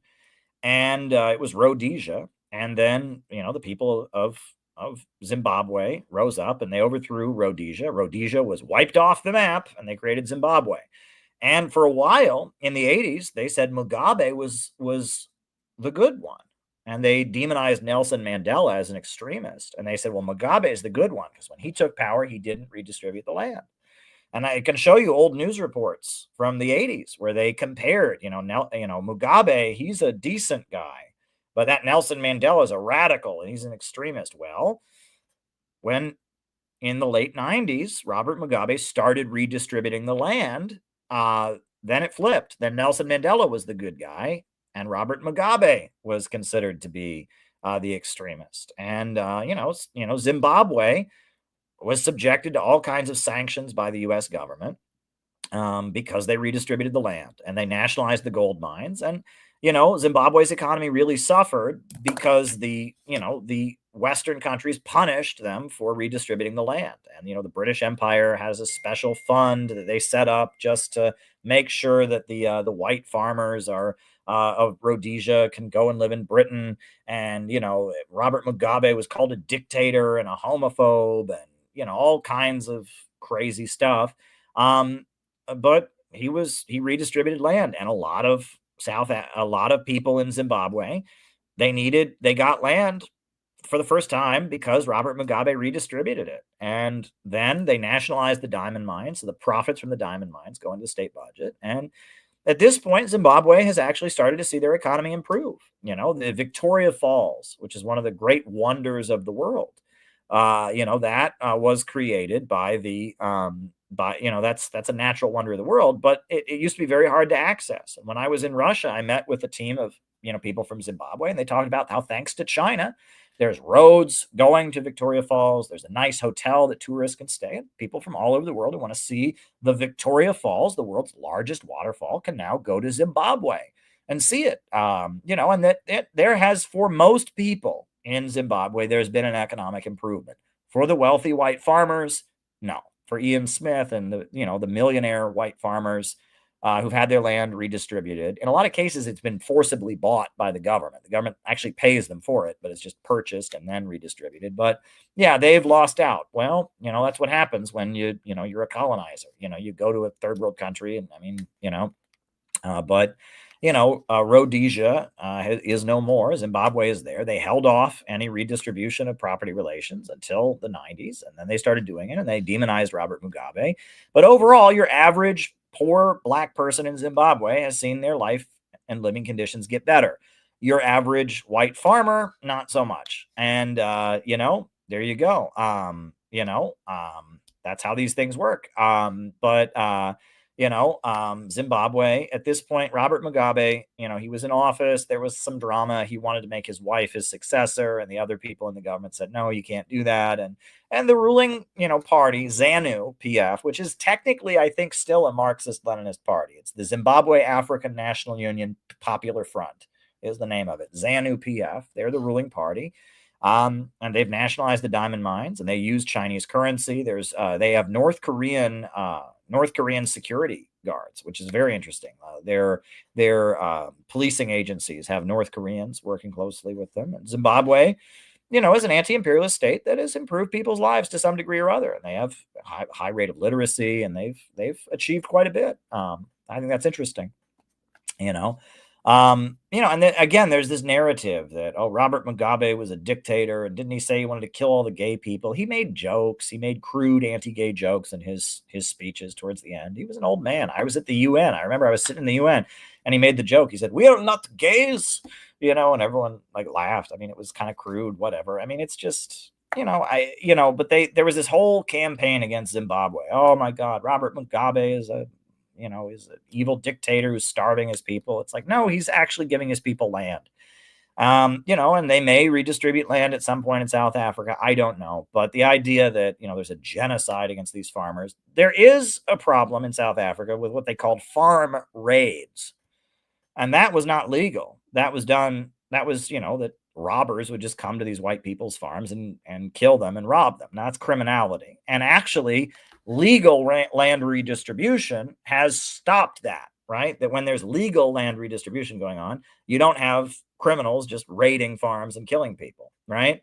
So farm raids are something that is criminal and shouldn't go on. And that, obviously, if you go to somebody's house and you rob them and steal from them and kill them, that's wrong, right? And it's wrong no matter who does it, right?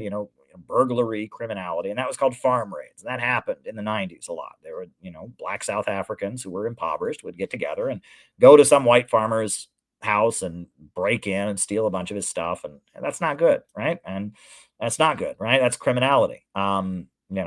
Criminality is generally not good, right? You don't want lawless criminality. So there you go. I mean, some level of land redistribution is necessary in South Africa. I mean, it just is, right? And the support for the white farmers of colonies. I mean, the guy who shot Dr. Martin Luther King Jr., I guess, or maybe he didn't, right? Depending on who was there. But the man who was convicted for doing it, James Earl Ray was a member of the Friends of Rhodesia clubs, and white supremacists fundraised for Rhodesia like crazy, right? The Friends of Rhodesia, a lot of white supremacists and Nazis went to Rhodesia to fight against Mugabe and volunteered. There were all kinds of racists and, people from Europe who went to Rhodesia to fight for the white man or whatever. It's, it's a whole big mess, Another thing is that the left, generally betrayed Robert Mugabe. That when it was declared that Robert Mugabe was anti-gay, when it was declared that he was corrupt while he was redistributing the land, all kinds of Trotskyites and the ISO and all these groups protested Mugabe. It was absolutely despicable, right? There were a few communist groups that did understand Mugabe is the leader of an anti-colonial revolution, redistributing the land. But, all these Trotskyist groups and the ISO and leftist academia, they all love to write big critiques of Mugabe. Oh, he's a dictator. He's authoritarian. It's like these people are just on cue, right? I could never go back to college. I'll just tell you that much, right? I did my time at the American University. Everyone told me, Caleb, you're going to love college. You're going to love college. It's just going to be so amazing. I got there. I couldn't believe it. I've been reliving this the last few days because they just had a referendum on term limits in El Salvador, right? And that reminded me of when I was in college. They had a referendum on term limits in Venezuela. And it was, it was all these constitutional amendments that were proposed by Hugo Chavez. One of them was lifting term limits. It didn't pass. It was a very close vote, but it didn't pass. And so it didn't pass, And I remember in the lead up to that, everybody at my college, all my professors, in classes that had nothing to do with foreign policy. I took communications, public speaking. And she said, my professor started, today in Venezuela, they're taking a vote on whether or not Hugo Chavez is going to be president for life. I raised my hand. No, they're not. They're voting on whether or not they should have term limits. And they don't have term limits in the United Kingdom, and they don't have term limits in Japan, and they don't have term limits in all kinds of countries. Yeah, but it's not a real election. The elections in Venezuela are rigged. Not according to Jimmy Carter, not according to the United Nations. How do you know they're rigged? Well, that's what they said. Why would the mainstream media be wrong? That every channel says that. CNN says it, MSNBC says it. I said, yeah, but read the fine print of the article. They're not voting on making him president for life. They're voting on lifting term limits. And then the next day, and this is my favorite, it didn't pass. And Hugo Chavez said, well, it was close, but it didn't pass. And it didn't pass. And again, my professors, wow, Chavez is being very smart, isn't he? Very smart. He's accepting the election results. they voted on whether or not to lift term limits, and the people voted no. It was a close vote, and he accepted the results. And how manipulative and smart he's being. We all know he's a dictator who rigs the elections, but in this case, he accepts a loss because he's being smart. I could never go back to college and sit in a desk and have to pretend someone that fucking stupid is smarter than me. My God. You know what I mean? I mean, I am sorry, but college education in America, these people, they become professors because they're fucking stupid. Right? That's why they become professors. They get straight A's because they never ask a goddamn question. They never think for themselves. They're just obedient people. I will never go back to college and sit in a chair and listen to somebody tell me that, Hugo Chavez is being very smart now. I can't, right?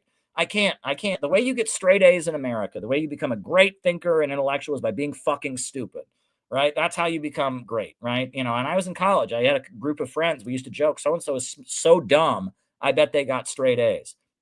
And it was so funny because my whole life, everyone said to me, oh, Caleb, you're going to love college. You're going to love college. No, I didn't. I actually hated college.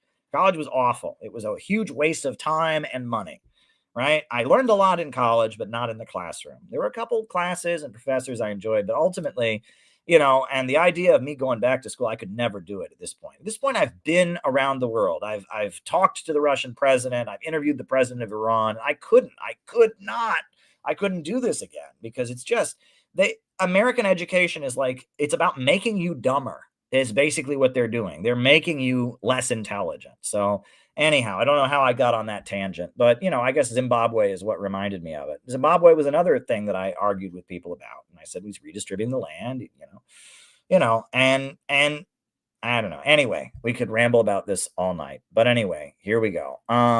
Penny Arco says, was the reality winner leak the beginning of Russiagate? Trump used the Espionage Act to imprison her just as Dems used it on him. I don't know what you're talking about, Penny. Reality winner leak?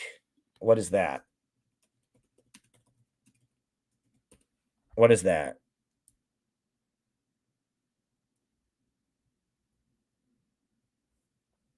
Oh. Oh, right. That's the whistleblower woman or whatever. Okay. Well, I can't comment on that. But thanks for asking, though. I really can't comment on that. Look, here's the thing, right? And this is I will say this, right? So the reason that Julian Assange was such an important case is Julian Assange was not a member of the U.S. military. He was not a U.S. citizen, right? Now, Edward Snowden was a U.S. citizen and was an NSA employee. I still think that, I think Edward Snowden letting us know about all the illegal spying our government was doing, I don't think that was a bad thing. I'm not a legal scholar, and I don't know what his legal defense would be, but I don't object to what Edward Snowden did. But legally speaking, if you are a soldier, if you're in the military, if you're working for the NSA or the FBI, you can't release classified information. Julian Assange, on the other hand, he was a publisher. He published what other people gave him, right? If you leak classified information in the government, that's illegal. There's an argument that you could do it in the public interest. You can do it because you're trying to expose a crime that is taking place, right? But that's very, very, I'm not a lawyer, right? And, with Chelsea Manning and all of that, I believe that the public has the right to know about war crimes. And I do believe that there's a moral case to be made that Chelsea Manning, Edward Snowden, these people have the right to do this and could legally do it. I'm not a lawyer, but they could legally do it. However, with Julian Assange, he's just an Australian guy who had a platform, right? And so it's a little bit different. But yeah, I don't know the whole details of that situation. I do remember this has been a while back, right? And I don't want to specifically comment on that. That's actually her name, right? Reality winner, right? Reality lay winner. That's wild. Where do you get a name like that? But anyway, I don't want to comment on that case because I don't have all the facts in front of me and I don't want to get it wrong. I don't want to, say something that, yeah. Right. Yeah. That's all very, very odd. It's a very, very odd case. And I just don't want to say more about it.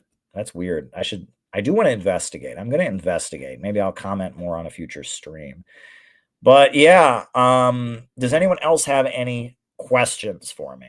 Any other questions that they would like me to answer?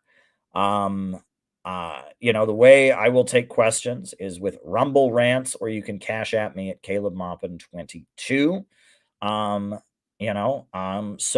I will take any more questions that you all have. I will take them. I will take them if you've got them. Now is the time to send some questions. I will put some music on, and if no one has sent questions when I get back, I guess we'll just end the show. So think of a question to ask me, and we'll go from there. So I got to put some music on. What music am I going to put on? Got to put some music on. All right.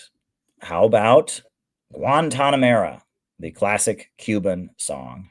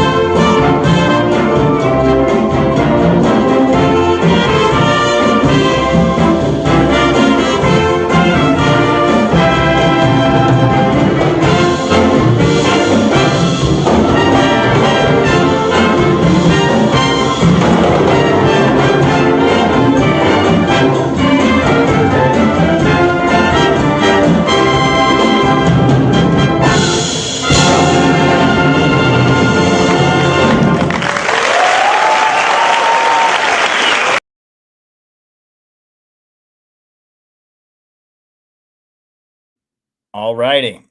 So we only have one more question that's come in. Leo Messi asked me about Waco, Ruby Ridge, the rise of militias and domestic terrorism in the 90s.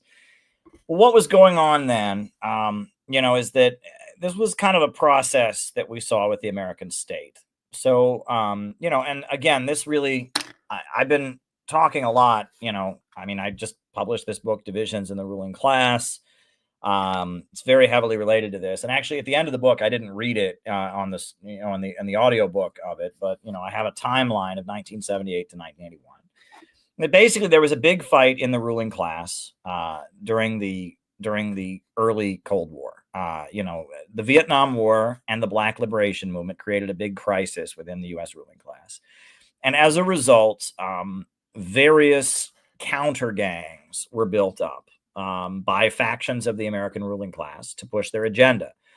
Students for a Democratic Society was fomented, as was the Student Nonviolent Coordinating Committee, as was all kinds of groups. The Institute for Policy Studies were funded by the Eastern establishment and the Rockefeller liberals to try and, push back against the military-industrial complex.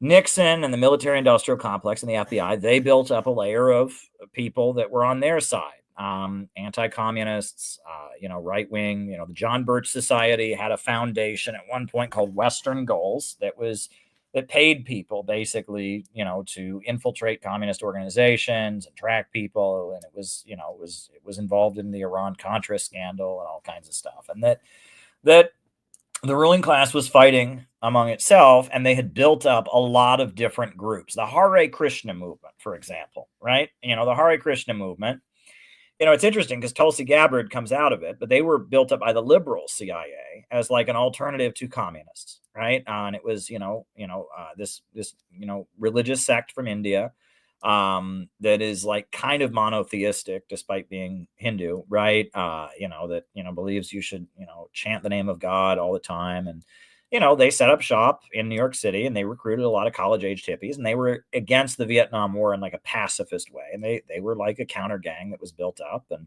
they were anti-communist, but they were, also against the Vietnam War. They would always show up at the anti-war rallies in big numbers and stuff. They were just, it was a bunch of different groups that were built up as there was kind of a power struggle within the American elite. And that's, you have the Cult Awareness Network and the Cult Scare, and there were a bunch of different groups, some of them religious, some of them blatantly political. The American Nazi Party emerged in the early 60s. And then, the leader of the American Nazi Party, George Lincoln Rockwell, was assassinated under very mysterious circumstances, probably because there was fear that, there was going to be a pushback, that with the rise of Nixon, there was going to be a very clear pushback against the civil rights movement. And there was a fear that there was a fear on the part of the establishment that this guy who was, he was, a Nazi, a literal Nazi, he was actually starting to recruit heavily within kind of the white backlash, right? I think right before he died, George Lincoln Rockwell was in Cicero in Chicago. And it was the first time in his life that he was leading the mob rather than having the mob chase him down. And he was with a group of angry white Italian Americans who didn't want Dr. Martin Luther King to integrate their neighborhood. And all of a sudden, George Lincoln Rockwell wasn't a fringe figure. He was actually in the majority, right? And he was speaking to a crowd of people who agreed with him. And he was killed shortly afterwards because, the ruling class was saying we want to foment some kind of right-wing racist backlash, but we can't have a guy we can't control like George Lincoln Rockwell leading it, I mean, I guess supposedly he was killed by a renegade of his own party. I don't know. But it's like there were a lot of these different groups that had been fomented by the American government for various reasons, for the liberal faction to push back against the John Birch Society and the conservatives, or for the conservative faction to push back against the liberal establishment to monitor communists. And, there was the new communist movement and there was all kinds of these groups that had been formed. And starting in the 80s, in like the early 80s, and especially the mid 80s, you saw like the American government trying to get control of these groups. And what leftists don't understand is that, like, in leftist minds, there's the establishment and there's us. It's not that simple, right? First of all, a lot of leftists are tools of the establishment. Number one. And number two, there are a lot of right-wing people who, they are doing things that are against the interests of imperialism.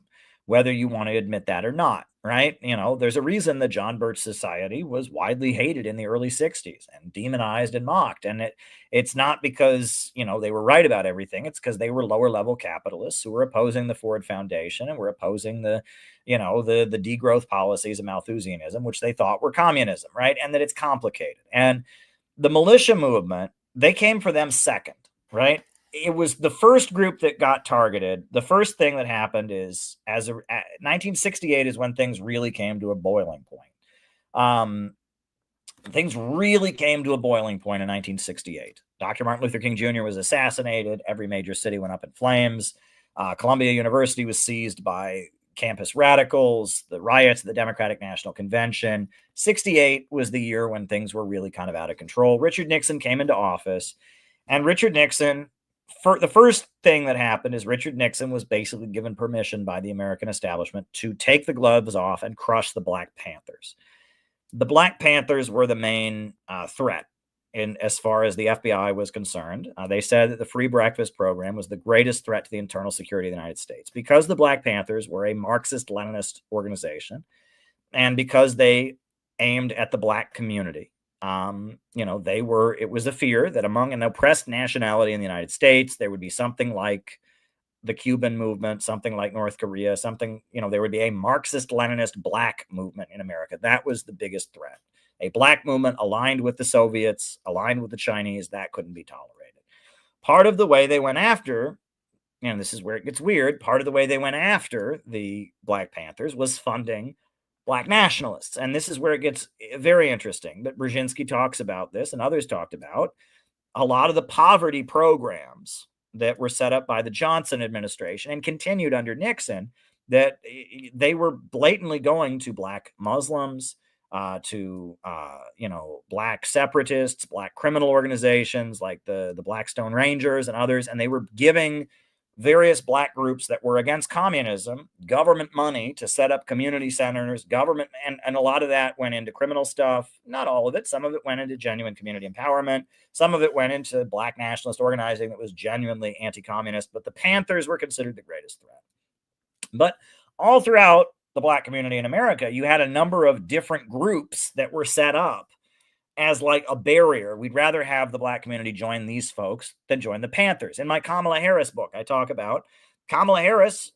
She was trained at one of these. There was a community center in Oakland where she grew up called Rainbow Sign.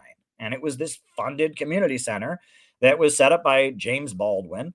And it was like a Black cultural center that was anti-communist. And it was, funded with huge amounts of money. And the idea was that young Black kids would go there and learn about Black culture and not learn it from the Panthers, right? And they wouldn't learn that the Soviet Union was good. They wouldn't learn that Mao was great. They wouldn't learn Marxism, Leninism. They would learn to be proud to be Black and be mad at the white power structure, but they wouldn't learn to be communists, right? There's a lot of stuff like that. That's when you talk about counter gangs and all of that. And it gets weird because you can't always control these groups, right? You can't always control these groups. And it's very, very weird. There's an African-American poet named Amiri Baraka, right? And he was a Black nationalist. And he had plays on Broadway that were Black nationalist oriented and such. And he became a communist in the 70s. And he moved to New Jersey, and he set up like a big Black community center, a Black arts center, and he was a Maoist communist, Amiri Baraka. And actually, the supposedly Maoist group, they basically liquidated in the 80s, and they watered down. They don't believe in communism anymore, but the Black Cultural Center is still there. And I believe his son, the son of Amiri Baraka, is the mayor, or was the mayor of Newark, New Jersey, at one point. Raz Baraka, right, was the mayor. He's the mayor of New Jersey, and his dad was this Maoist communist, right? This African American poet who became a Maoist communist.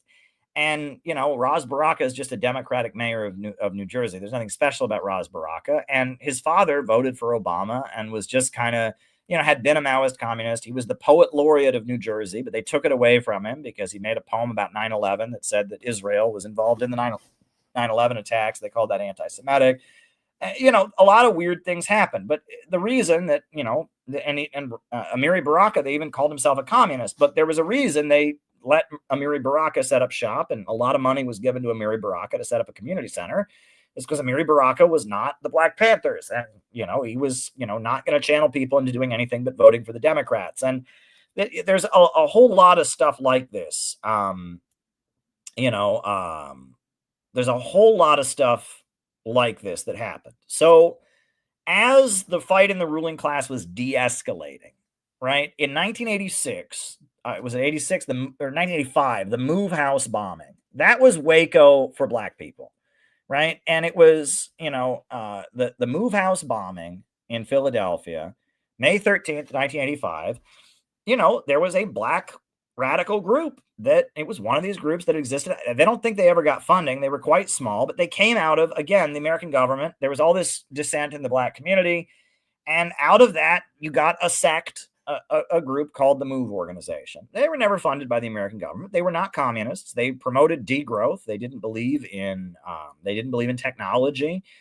They were radical vegetarians, and they were just this sect. And everyone in the group changed their last name to Africa. And the leader was a guy named John Africa, and they were this sect. And the Philadelphia government firebombed their house and killed a bunch of them. And it was Waco for Black people. And it was basically the U.S. government, after the division in the ruling class, after all these groups had been fomented, they were de-escalating the fight. And there were various groups that were still in existence and kept going. And they had the Cult Awareness Network, where people were getting kidnapped and deprogrammed, and they had all kinds of different stuff. And one of the things that happened was that, they started, in some instances, they just blew these people up. And in Move in Philadelphia, this was a group that I don't think it was ever supported by the American government. It wasn't. It was just a group that had come out of the Black radicalism of the era. It was not a Marxist group. It was kind of a vegetarian group. They protested the zoo in Philadelphia because they felt it was oppressing animals. They were kind of an environmental group led by a guy named John Africa, who had a very charismatic religious message. And I don't know what, I don't know what they, why they were considered a threat, but for whatever reason, they firebombed them and killed them, right? And they killed them. It was very crazy. It was a very, very crazy incident. What's also wild is John Africa, the leader of the Move organization. He had been put on trial for owning illegal weapons, and he had represented himself in court and been acquitted a few years before. That was wild. They tried to throw him in jail, and he actually represented himself in a criminal court and been charismatic enough to convince the jury to let him off. I think that was in 1978. That was a very strange case. And Mumia Abu Jamal, who became the most famous political prisoner, he had been kind of a friend of the Move organization. Sam Marcy, the leader of the Workers' World Party, I guess, went to Philadelphia and advised John Africa, during his trial, and was in the courtroom along with Mumia Abu Jamal, who eventually, it's all wild. It's all wild how these things happen. But, the Move organization, they've all been released, but, the ones that are still alive have been released from prison. And, I've interviewed Ramona Africa and Pam Africa many times, and that it was this Black radical group, and they just firebombed their homes and killed, I think there were a number of children died. I mean, it was a horrendous event, the Move bombing in 1985. And it was just the American government basically saying, all these groups that we kind of allowed to exist, right, because of the fight in the ruling class, no, we're getting control. It was the American state violently asserting control. So this is a long way of answering, what about Ruby Ridge? Well, Ruby Ridge and Waco, the John Birch Society, and a lot of these far right groups had existed as they were a barrier against communism, right? The John Birch Society, they had Western goals, right? It was out West. It tended to be and the Mormon church, they were really into the John Birch Society. They joined the John Birch Society in big numbers, and the Mormons started recruiting among the FBI. And in Utah and in Idaho and in out West, Nevada, places like that, a lot of those rancher guys are into, libertarian kind of far right ideology. There's something called the Montana Freemen, And that, far right, the idea that, the Democrats are a bunch of communists and that communism is the greatest threat and the American government is communist and that we need to just, they need to just leave us alone and let us have our guns. And there's a lot of like rancher guys out west who think that way, and they were encouraged to think that way. And that a lot of money was used to promote those kind of ideas to those guys because it was a fight against communism. There was a fight in the ruling class, and that, a lot of those, the Montana Freemen, the John Birch Society, the John Birch Society is pretty mainstream, but a lot of like the American far right, the American libertarian far right of like gun owning, land,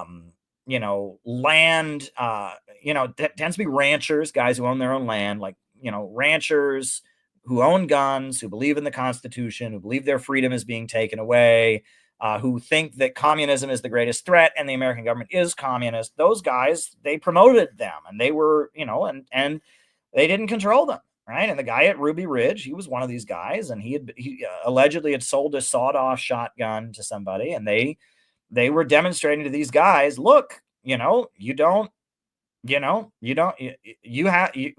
to control you. Right? The same way they discarded U.S. allied Bonapartists during the Cold War. Exactly. And Waco was another guy, right? It was a minister. It was a church. They'd lived in Israel for a while, and it was just a religious group that had land and was one of these like, deeply religious. It was interracial, right? It wasn't white supremacist. It was interracial, and it was a religious sect out in Texas in a rural area, led by a very charismatic guy. And again, they allegedly sold some guns or whatever, and the U.S. government had a standoff with them and ended up firebombing and killing them all and lying about it, right? And that John is right. It's the same thing, they did to Noriega in Panama. Noriega had been a right-wing military dictator who had been a Bonapartist who they put in power to prevent Panama from having a communist revolution. Nicaragua had the Sandinistas. El Salvador was having a civil war. So the USA found this military dictator in Panama and said, all right, buddy, you could be the dictator of Panama. Just stop the communists. And then he realized that to get popular, he could build railroads and airports and hire people, and said they couldn't control him. So the USA invaded Panama and removed him. And Marcos in the Philippines, military dictator, strongman, but anti-communist. So they tolerated him for a while. But then he started calling for a debt strike and all the third world countries to stop paying their debts. And he was industrializing Panama, or industrializing the Philippines. So they removed him. Right. And, Park Chung-hee died under very mysterious circumstances in South Korea, and that they were basically clearing out the barn. That's basically what Waco was. Waco, Move, the Move House bombing, Ruby Ridge. It was, the fight in the ruling class was over, and they couldn't tolerate these various fanatics existing anymore. And so they started clearing out the barn. And they actually, little known story, apparently they wanted to do kind of a Waco thing at the Hare Krishna compound in West Virginia. There's a Hare Krishna compound where the Hare Krishna movement, they have some land and they have a compound in West Virginia.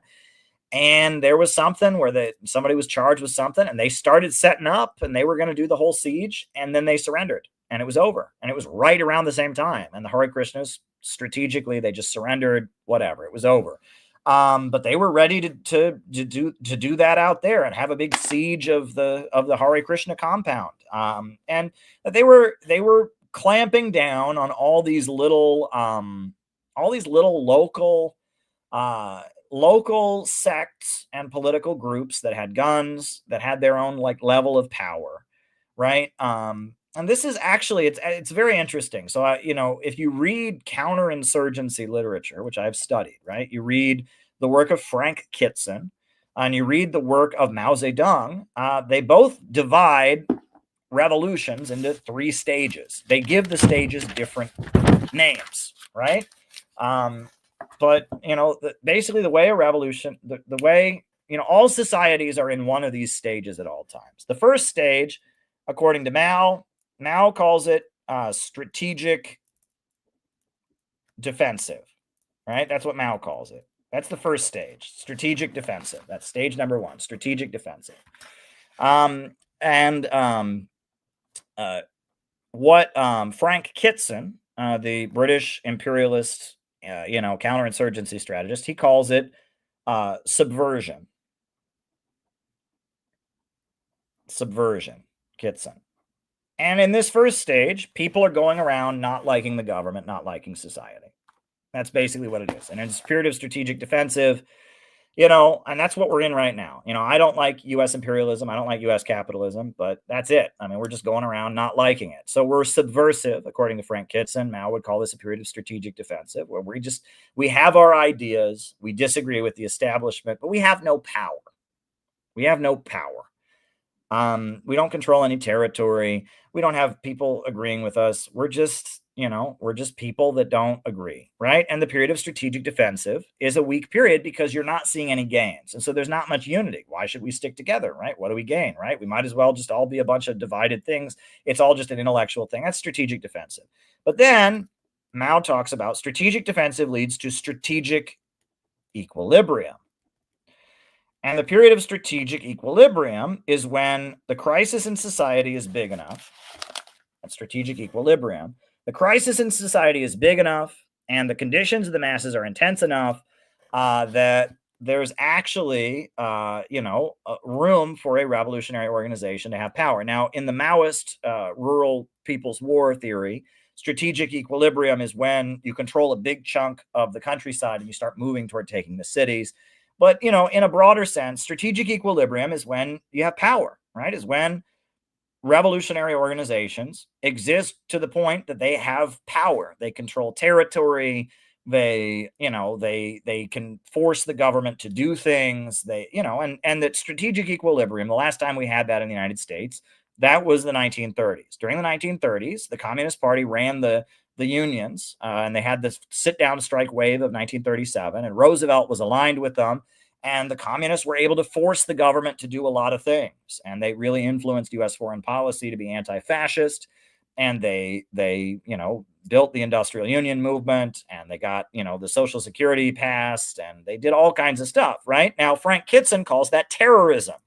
Now, that's not what terrorism means, but Frank Kitson calls it terrorism because they're exercising power, right?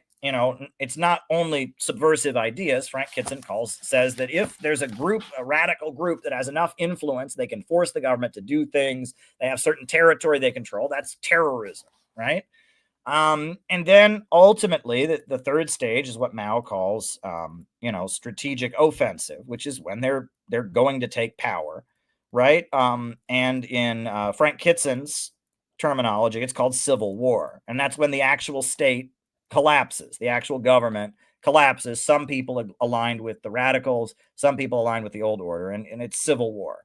And Mao calls it strategic offensive. That's when you're going for power, and that's generally because the radicals have built up such a big enough force within the society at large that basically the existing state divides over a big question, and the radicals are such a big force on one side, and that they kind of dominate the one side, and they eventually take power, right? And that's how revolutions tend to happen. They tend to go through these three stages. So what was happening is that the United States, there had been a big political crisis. All these groups had come into existence, and the U.S. government was making sure that subversion was limited. That subversion could not potentially become strategic equilibrium or strategic or quote unquote terrorism. They didn't want a situation where any level of what they call dual power in the Leninist terminology could exist, right? Lenin talked about dual power. How during the Russian Revolution, there was this whole alternative government that had been created called the Soviets. It was this network of, councils and that the Bolsheviks and their allies had created. It was like an alternative government structure. And that, some church in Texas that has guns and, whatever, they could all become some kind of dual power, right? And the MOVE organization with their compound and their house in Philadelphia, Black radicals, they could potentially become dual power. And the idea was to make an example out of these groups and also to kind of clear them out and threaten, make clear, no, you're not allowed to have something that could become dual power in a revolutionary crisis, right? That's basically what the argument was. It was that, we allowed all these various radicals to emerge and set up shop to some degree because we needed them to oppose the Panthers, or we needed them to fight the communists, or we needed them to, and that we're were clearing them out. And that was a big part of it. And the Cult Awareness Network was a big part of that. And it was, kidnapping people and smear campaigns against various organizations. And the Move House bombing of 1985 was one of the most blatant, ugly examples of it. Firebombing this group of black people who weren't doing anything wrong. And then, Ruby Ridge, Waco, that came later, but those were white people. Those were white people who were right wingers, but they had guns. They weren't, they were, accused of violating gun laws. They had an ideology that kind of put them at odds with American imperialism. A lot of them, didn't agree with U.S. foreign policy, thought the Gulf War was a conspiracy by Israel and stuff like that. Had, in the name of their libertarian far right views, they did things that went against the interests of American imperialism, and the U.S. government was clearing them out. We're in a period now where it's very, very odd, where anti-establishment ideas, subversion in the Kitsonian language, is growing in big numbers. But there's no one setting up shop. Uhuru is setting up shop. They don't have any guns, but they're setting up shop. They're building an actual infrastructure in the black community. That's about it, right? No one's really setting up shop. And the main way that they're trying to control subversion and prevent it from turning into strategic equilibrium or turning into something that could set up shop, the main way that they're trying to control it is with political violence, the years of lead. And that's what the thesis of my book is. They are fomenting political violence right now. It's one thing, right, if people in the process of building their picket line is attacked by thugs, and so they have guns to protect themselves. That's one thing, right? It's one thing if the Black Panthers have their patrols to oppose police brutality, if black people in North Carolina are arming themselves against the KKK, but some random white kid going and killing an insurance executive, right? That's not the same thing at all. Right. And that there's a glorification of political violence right now, because that is a way to prevent a real movement from emerging. They're trying to create an atmosphere where people are afraid to get political and are weary of the violence because they don't want to get shot. And that's what the U.S. government is doing right now. They are kind of preempting any genuine revolutionary movement or anti-establishment movement setting up shop in America by, preemptively fomenting a culture of political violence. And that's what's happening. And it accompanies, let me add, the manipulation of dissident circles by internet shitheads. I mean, Nick Fuentes is a great example, right? Obviously, Nick Fuentes, the people that he panders to are not necessarily good, right? I mean, I think what he says about Israel is pretty good, but generally what he says is generally racist. I mean, he's anti-black in his racism, and he's genuinely anti-Semitic. He hates Jews on a personal level. It's not because of Israel. He says no war with Iran. He says, some things that are good, but it's mixed in with a lot of bigotry and a lot of just slimy, I mean, he's just insulting people. He's mocking people. And one of his main targets is Marjorie Taylor Greene. Why? You'd think, well, she's MAGA. She hates immigrants just like he does. What's the issue? Well, she's a real member of Congress. She's building a real movement. And so he's attacked her on her personal life. He's attacked her, called her fat. He's gone after her like crazy, because his job is to get everybody who wants to build a right-wing movement that opposes Israel or whatever to just be a dude bro on the internet and just insult people. And he doesn't want to build a real movement. If he was a serious organizer, he would find a way to get along with Marjorie Taylor Greene, right? He's anti-Israel. She's anti-Israel. There's no one in Congress other than Thomas Massie who's more anti-Israel. So if Nick Fuentes was serious, he would make friends with Marjorie Taylor Greene. He's not doing that. Right. In fact, he's just got and he's got this widely promoted, widely blasted right wing, internet show that is full of insulting and tearing people down. And he's not building anything real. There's no real organizing going on. It's just a voice in people's heads that incites them with toxic, negative talking points. It's very similar to some of what's going on in our circles, which I don't want to, name names here. I mean, it doesn't really matter at this point, but if I did, it wouldn't be helpful. But this goes on in libertarian circles as well. There's a number of libertarian influencers who aren't building anything on the ground. They're not doing anything to support libertarianism. But when, God forbid, Angela McCurdle organized Rage Against the Machine, War Machine. Oh my God! And they lost their minds over it, and they threw a fit, and they got Scott Ritter kicked out. And then when Scott Ritter was unable to attend, they didn't even show up. They didn't even go. They still didn't go, right? And there's a lot of these nattering talking heads, right, that are on the internet that are full of negativity and resentment. And I think some of them don't realize they're being used. I think some of them genuinely believe what they are saying. But they're so concerned, and their income, this is part of what gets them, is their income is dependent on those likes and shares, and the algorithms are controlled by bigger players than them. And so they're desperate to get boosted, and they're desperate to the optics. I can't be seen with this person. I can't be seen with that person. This person's getting some of my audience. I can't stand it. And they are being used to make sure no real organization is set up, right? And then on top of that, right, if that doesn't do the trick, they're fomenting violence to make people physically afraid to go to events and go get involved in anything real, because they won't get killed, right? And that is what is happening right now, right? And that they see, the word sleeper, right? That's the whole thing, right? Trump was talking about sleeper cells, right? Alleging that, there's Iranians in America. They're waiting for the moment they're going to get a call. John has a long mustache and they're going to go become terrorists. That's malarkey. That's not happening. But, the term sleeper is used in intelligence circles. It's an understanding of there's something that exists that doesn't serve a purpose right now, right? But it could serve a purpose under the right conditions, right? And part of the reason that Lyndon LaRouche targeted the Communist Party USA, and I actually quote it in one of my books, is he said it's a sleeper.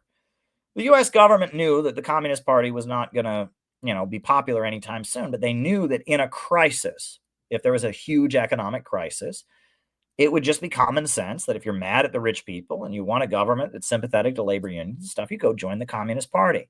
So the Communist Party was loaded with FBI agents and others, not to serve a purpose right now, but so when that moment happened, they would go into a group that would not lead them to make a revolution, right? The Communist Party was a sleeper, and I think he's absolutely right about that. I think the Communist Party USA is definitely a sleeper, and so are some other groups that shall not be named, right? Is that, there's no danger of these groups being popular right now, but under the right circumstances, there could be a huge layer of Americans who become sympathetic to some kind of communist group. And so you want to make sure they don't join a group that could actually move in a way that we can't control. And that a lot of dissident spaces, they control them. They use them against other dissidents often. That's one of the main things that dissidents end up getting weaponized for, is they use dissidents against other dissidents, right? And they load them up so that they won't be a threat. If under some certain circumstances they were to surge in popularity and actually gain anything, they wouldn't, be a threat. And they tend to keep these groups on life support. And that's one thing I've noticed, that, groups that really don't serve a purpose, they're kept on life support because they're there. The Communist Party USA is a great example. They shouldn't exist anymore. They barely do anything. Right. Their members, their members are liberal activists who are involved in the unions. But as the Communist Party, they're not doing much. Right. They're not running people for office. They're not setting up organizations in neighborhoods.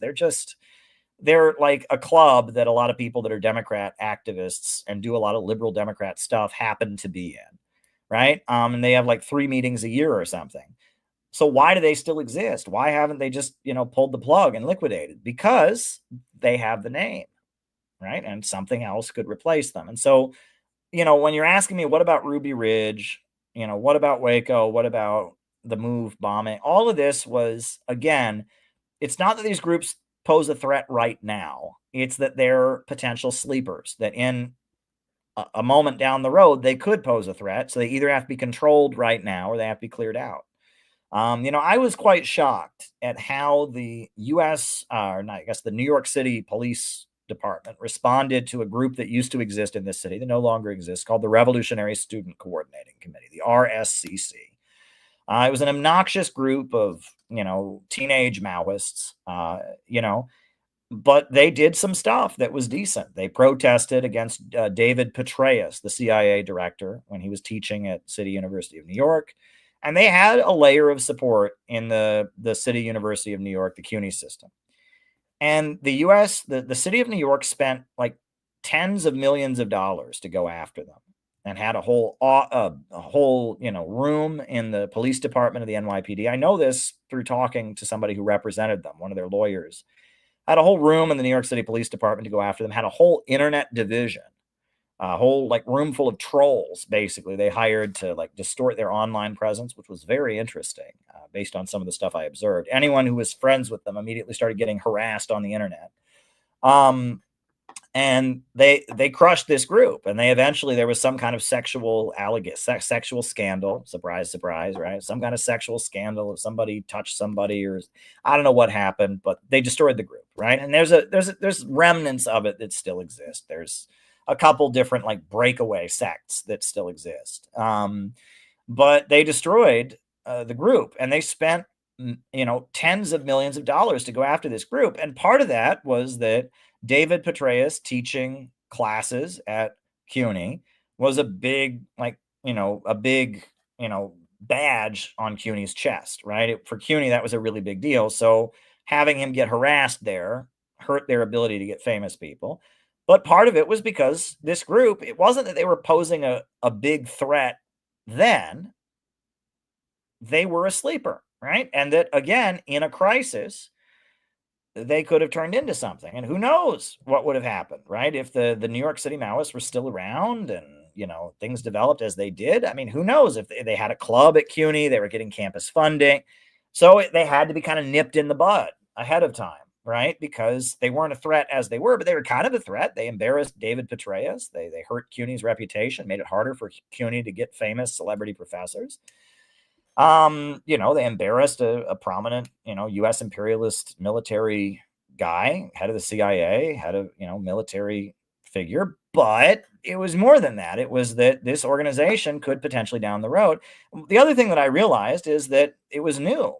The Revolutionary Student Coordinating Committee, they were very new, right? They were this proletarian feminist campus group. They were very new, and their actions were not predictable. Anything that the RCP did, the government knew they were going to do it before they even knew, right? Their actions were very predictable. Anything the Workers' World Party or the PSL did, the government knew they could predict they were going to do it before they even decided to do it. They knew what they were going to do. But the Revolutionary Student Coordinating Committee was this new group with a lot of young personalities in it that, pulled off a very effective protest against David Petraeus, that, they were not controllable. And so it was worth spending millions of dollars to crush the group, And I mean, and keep in mind, I don't, I think I almost got in a fist fight with one of their people, and they were pretty nasty to me. I was never affiliated with this group. I never had anything to do with them. But I observed what was happened to them. And then I talked with someone who was their attorney at one point, and it became pretty obvious to me. I mean, it was explained to me how they were targeted, and I don't know what happened. And, the sexual scandal could have been legitimate. I don't know. I don't care. That's not the point, right? And these people were not nice to me. I was not a big fan of them. But the state moved against them in a very, very dramatic way, in a way that seemed disproportionate. I don't think they had more than like 35 members ever. But the state moved against them because they could have turned into something. And that's what they do, is they see a sleeper, they see something that could potentially become something, and they move against it. And that's the game they play. And look, folks, I don't see any more questions, and it is well after midnight. It's here in New York. So I'm going to have to wind this down. But I do want to urge everybody, right? We are having a big push in CPI right now to read this book. Read Khrushchevism, A Study in Psychological Warfare. If you are in a local organization, please organize a reading group and read this with some non-members if you can. As CPI, we're recovering from the convention, getting everything paid off from the convention, summing up the convention. We're going to set the date for next year's convention and stuff. But while we're doing this, take the time to read this book. Khrushchevism is the main method through which they have played psychological games and dismantled revolutionary organizations. And we need to prepare ourselves for that. right? We need to prepare ourselves for it. We need to know what Khrushchevism looks like. We need to know the games they're playing with us. We need to understand how they operate. And we need to get clear on Stalin and the Soviet Union and all of that. That's the first chapter. We need to get clear on liberal mindset. This book is just an important primer. I didn't write it because I thought it would be a bestseller. It's actually sold quite a few copies. I'm kind of impressed. And there's an audio recording of me reading it. There's an audio book online. But I encourage people to just dig into this book. All right. And sit down. Gabby did an internal reading group with CPI on Sunday. Great work. Great work. We appreciate it.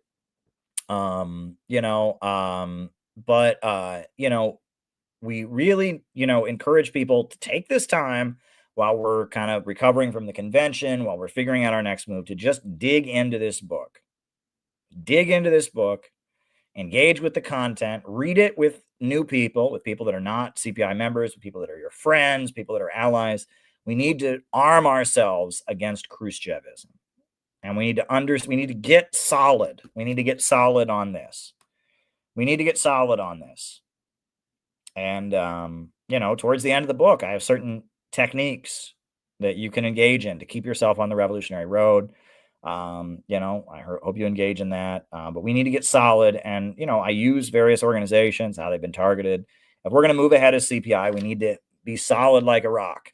So study this book, read it with people, really absorb the content, listen to the audiobook if you want. There's a free audiobook online.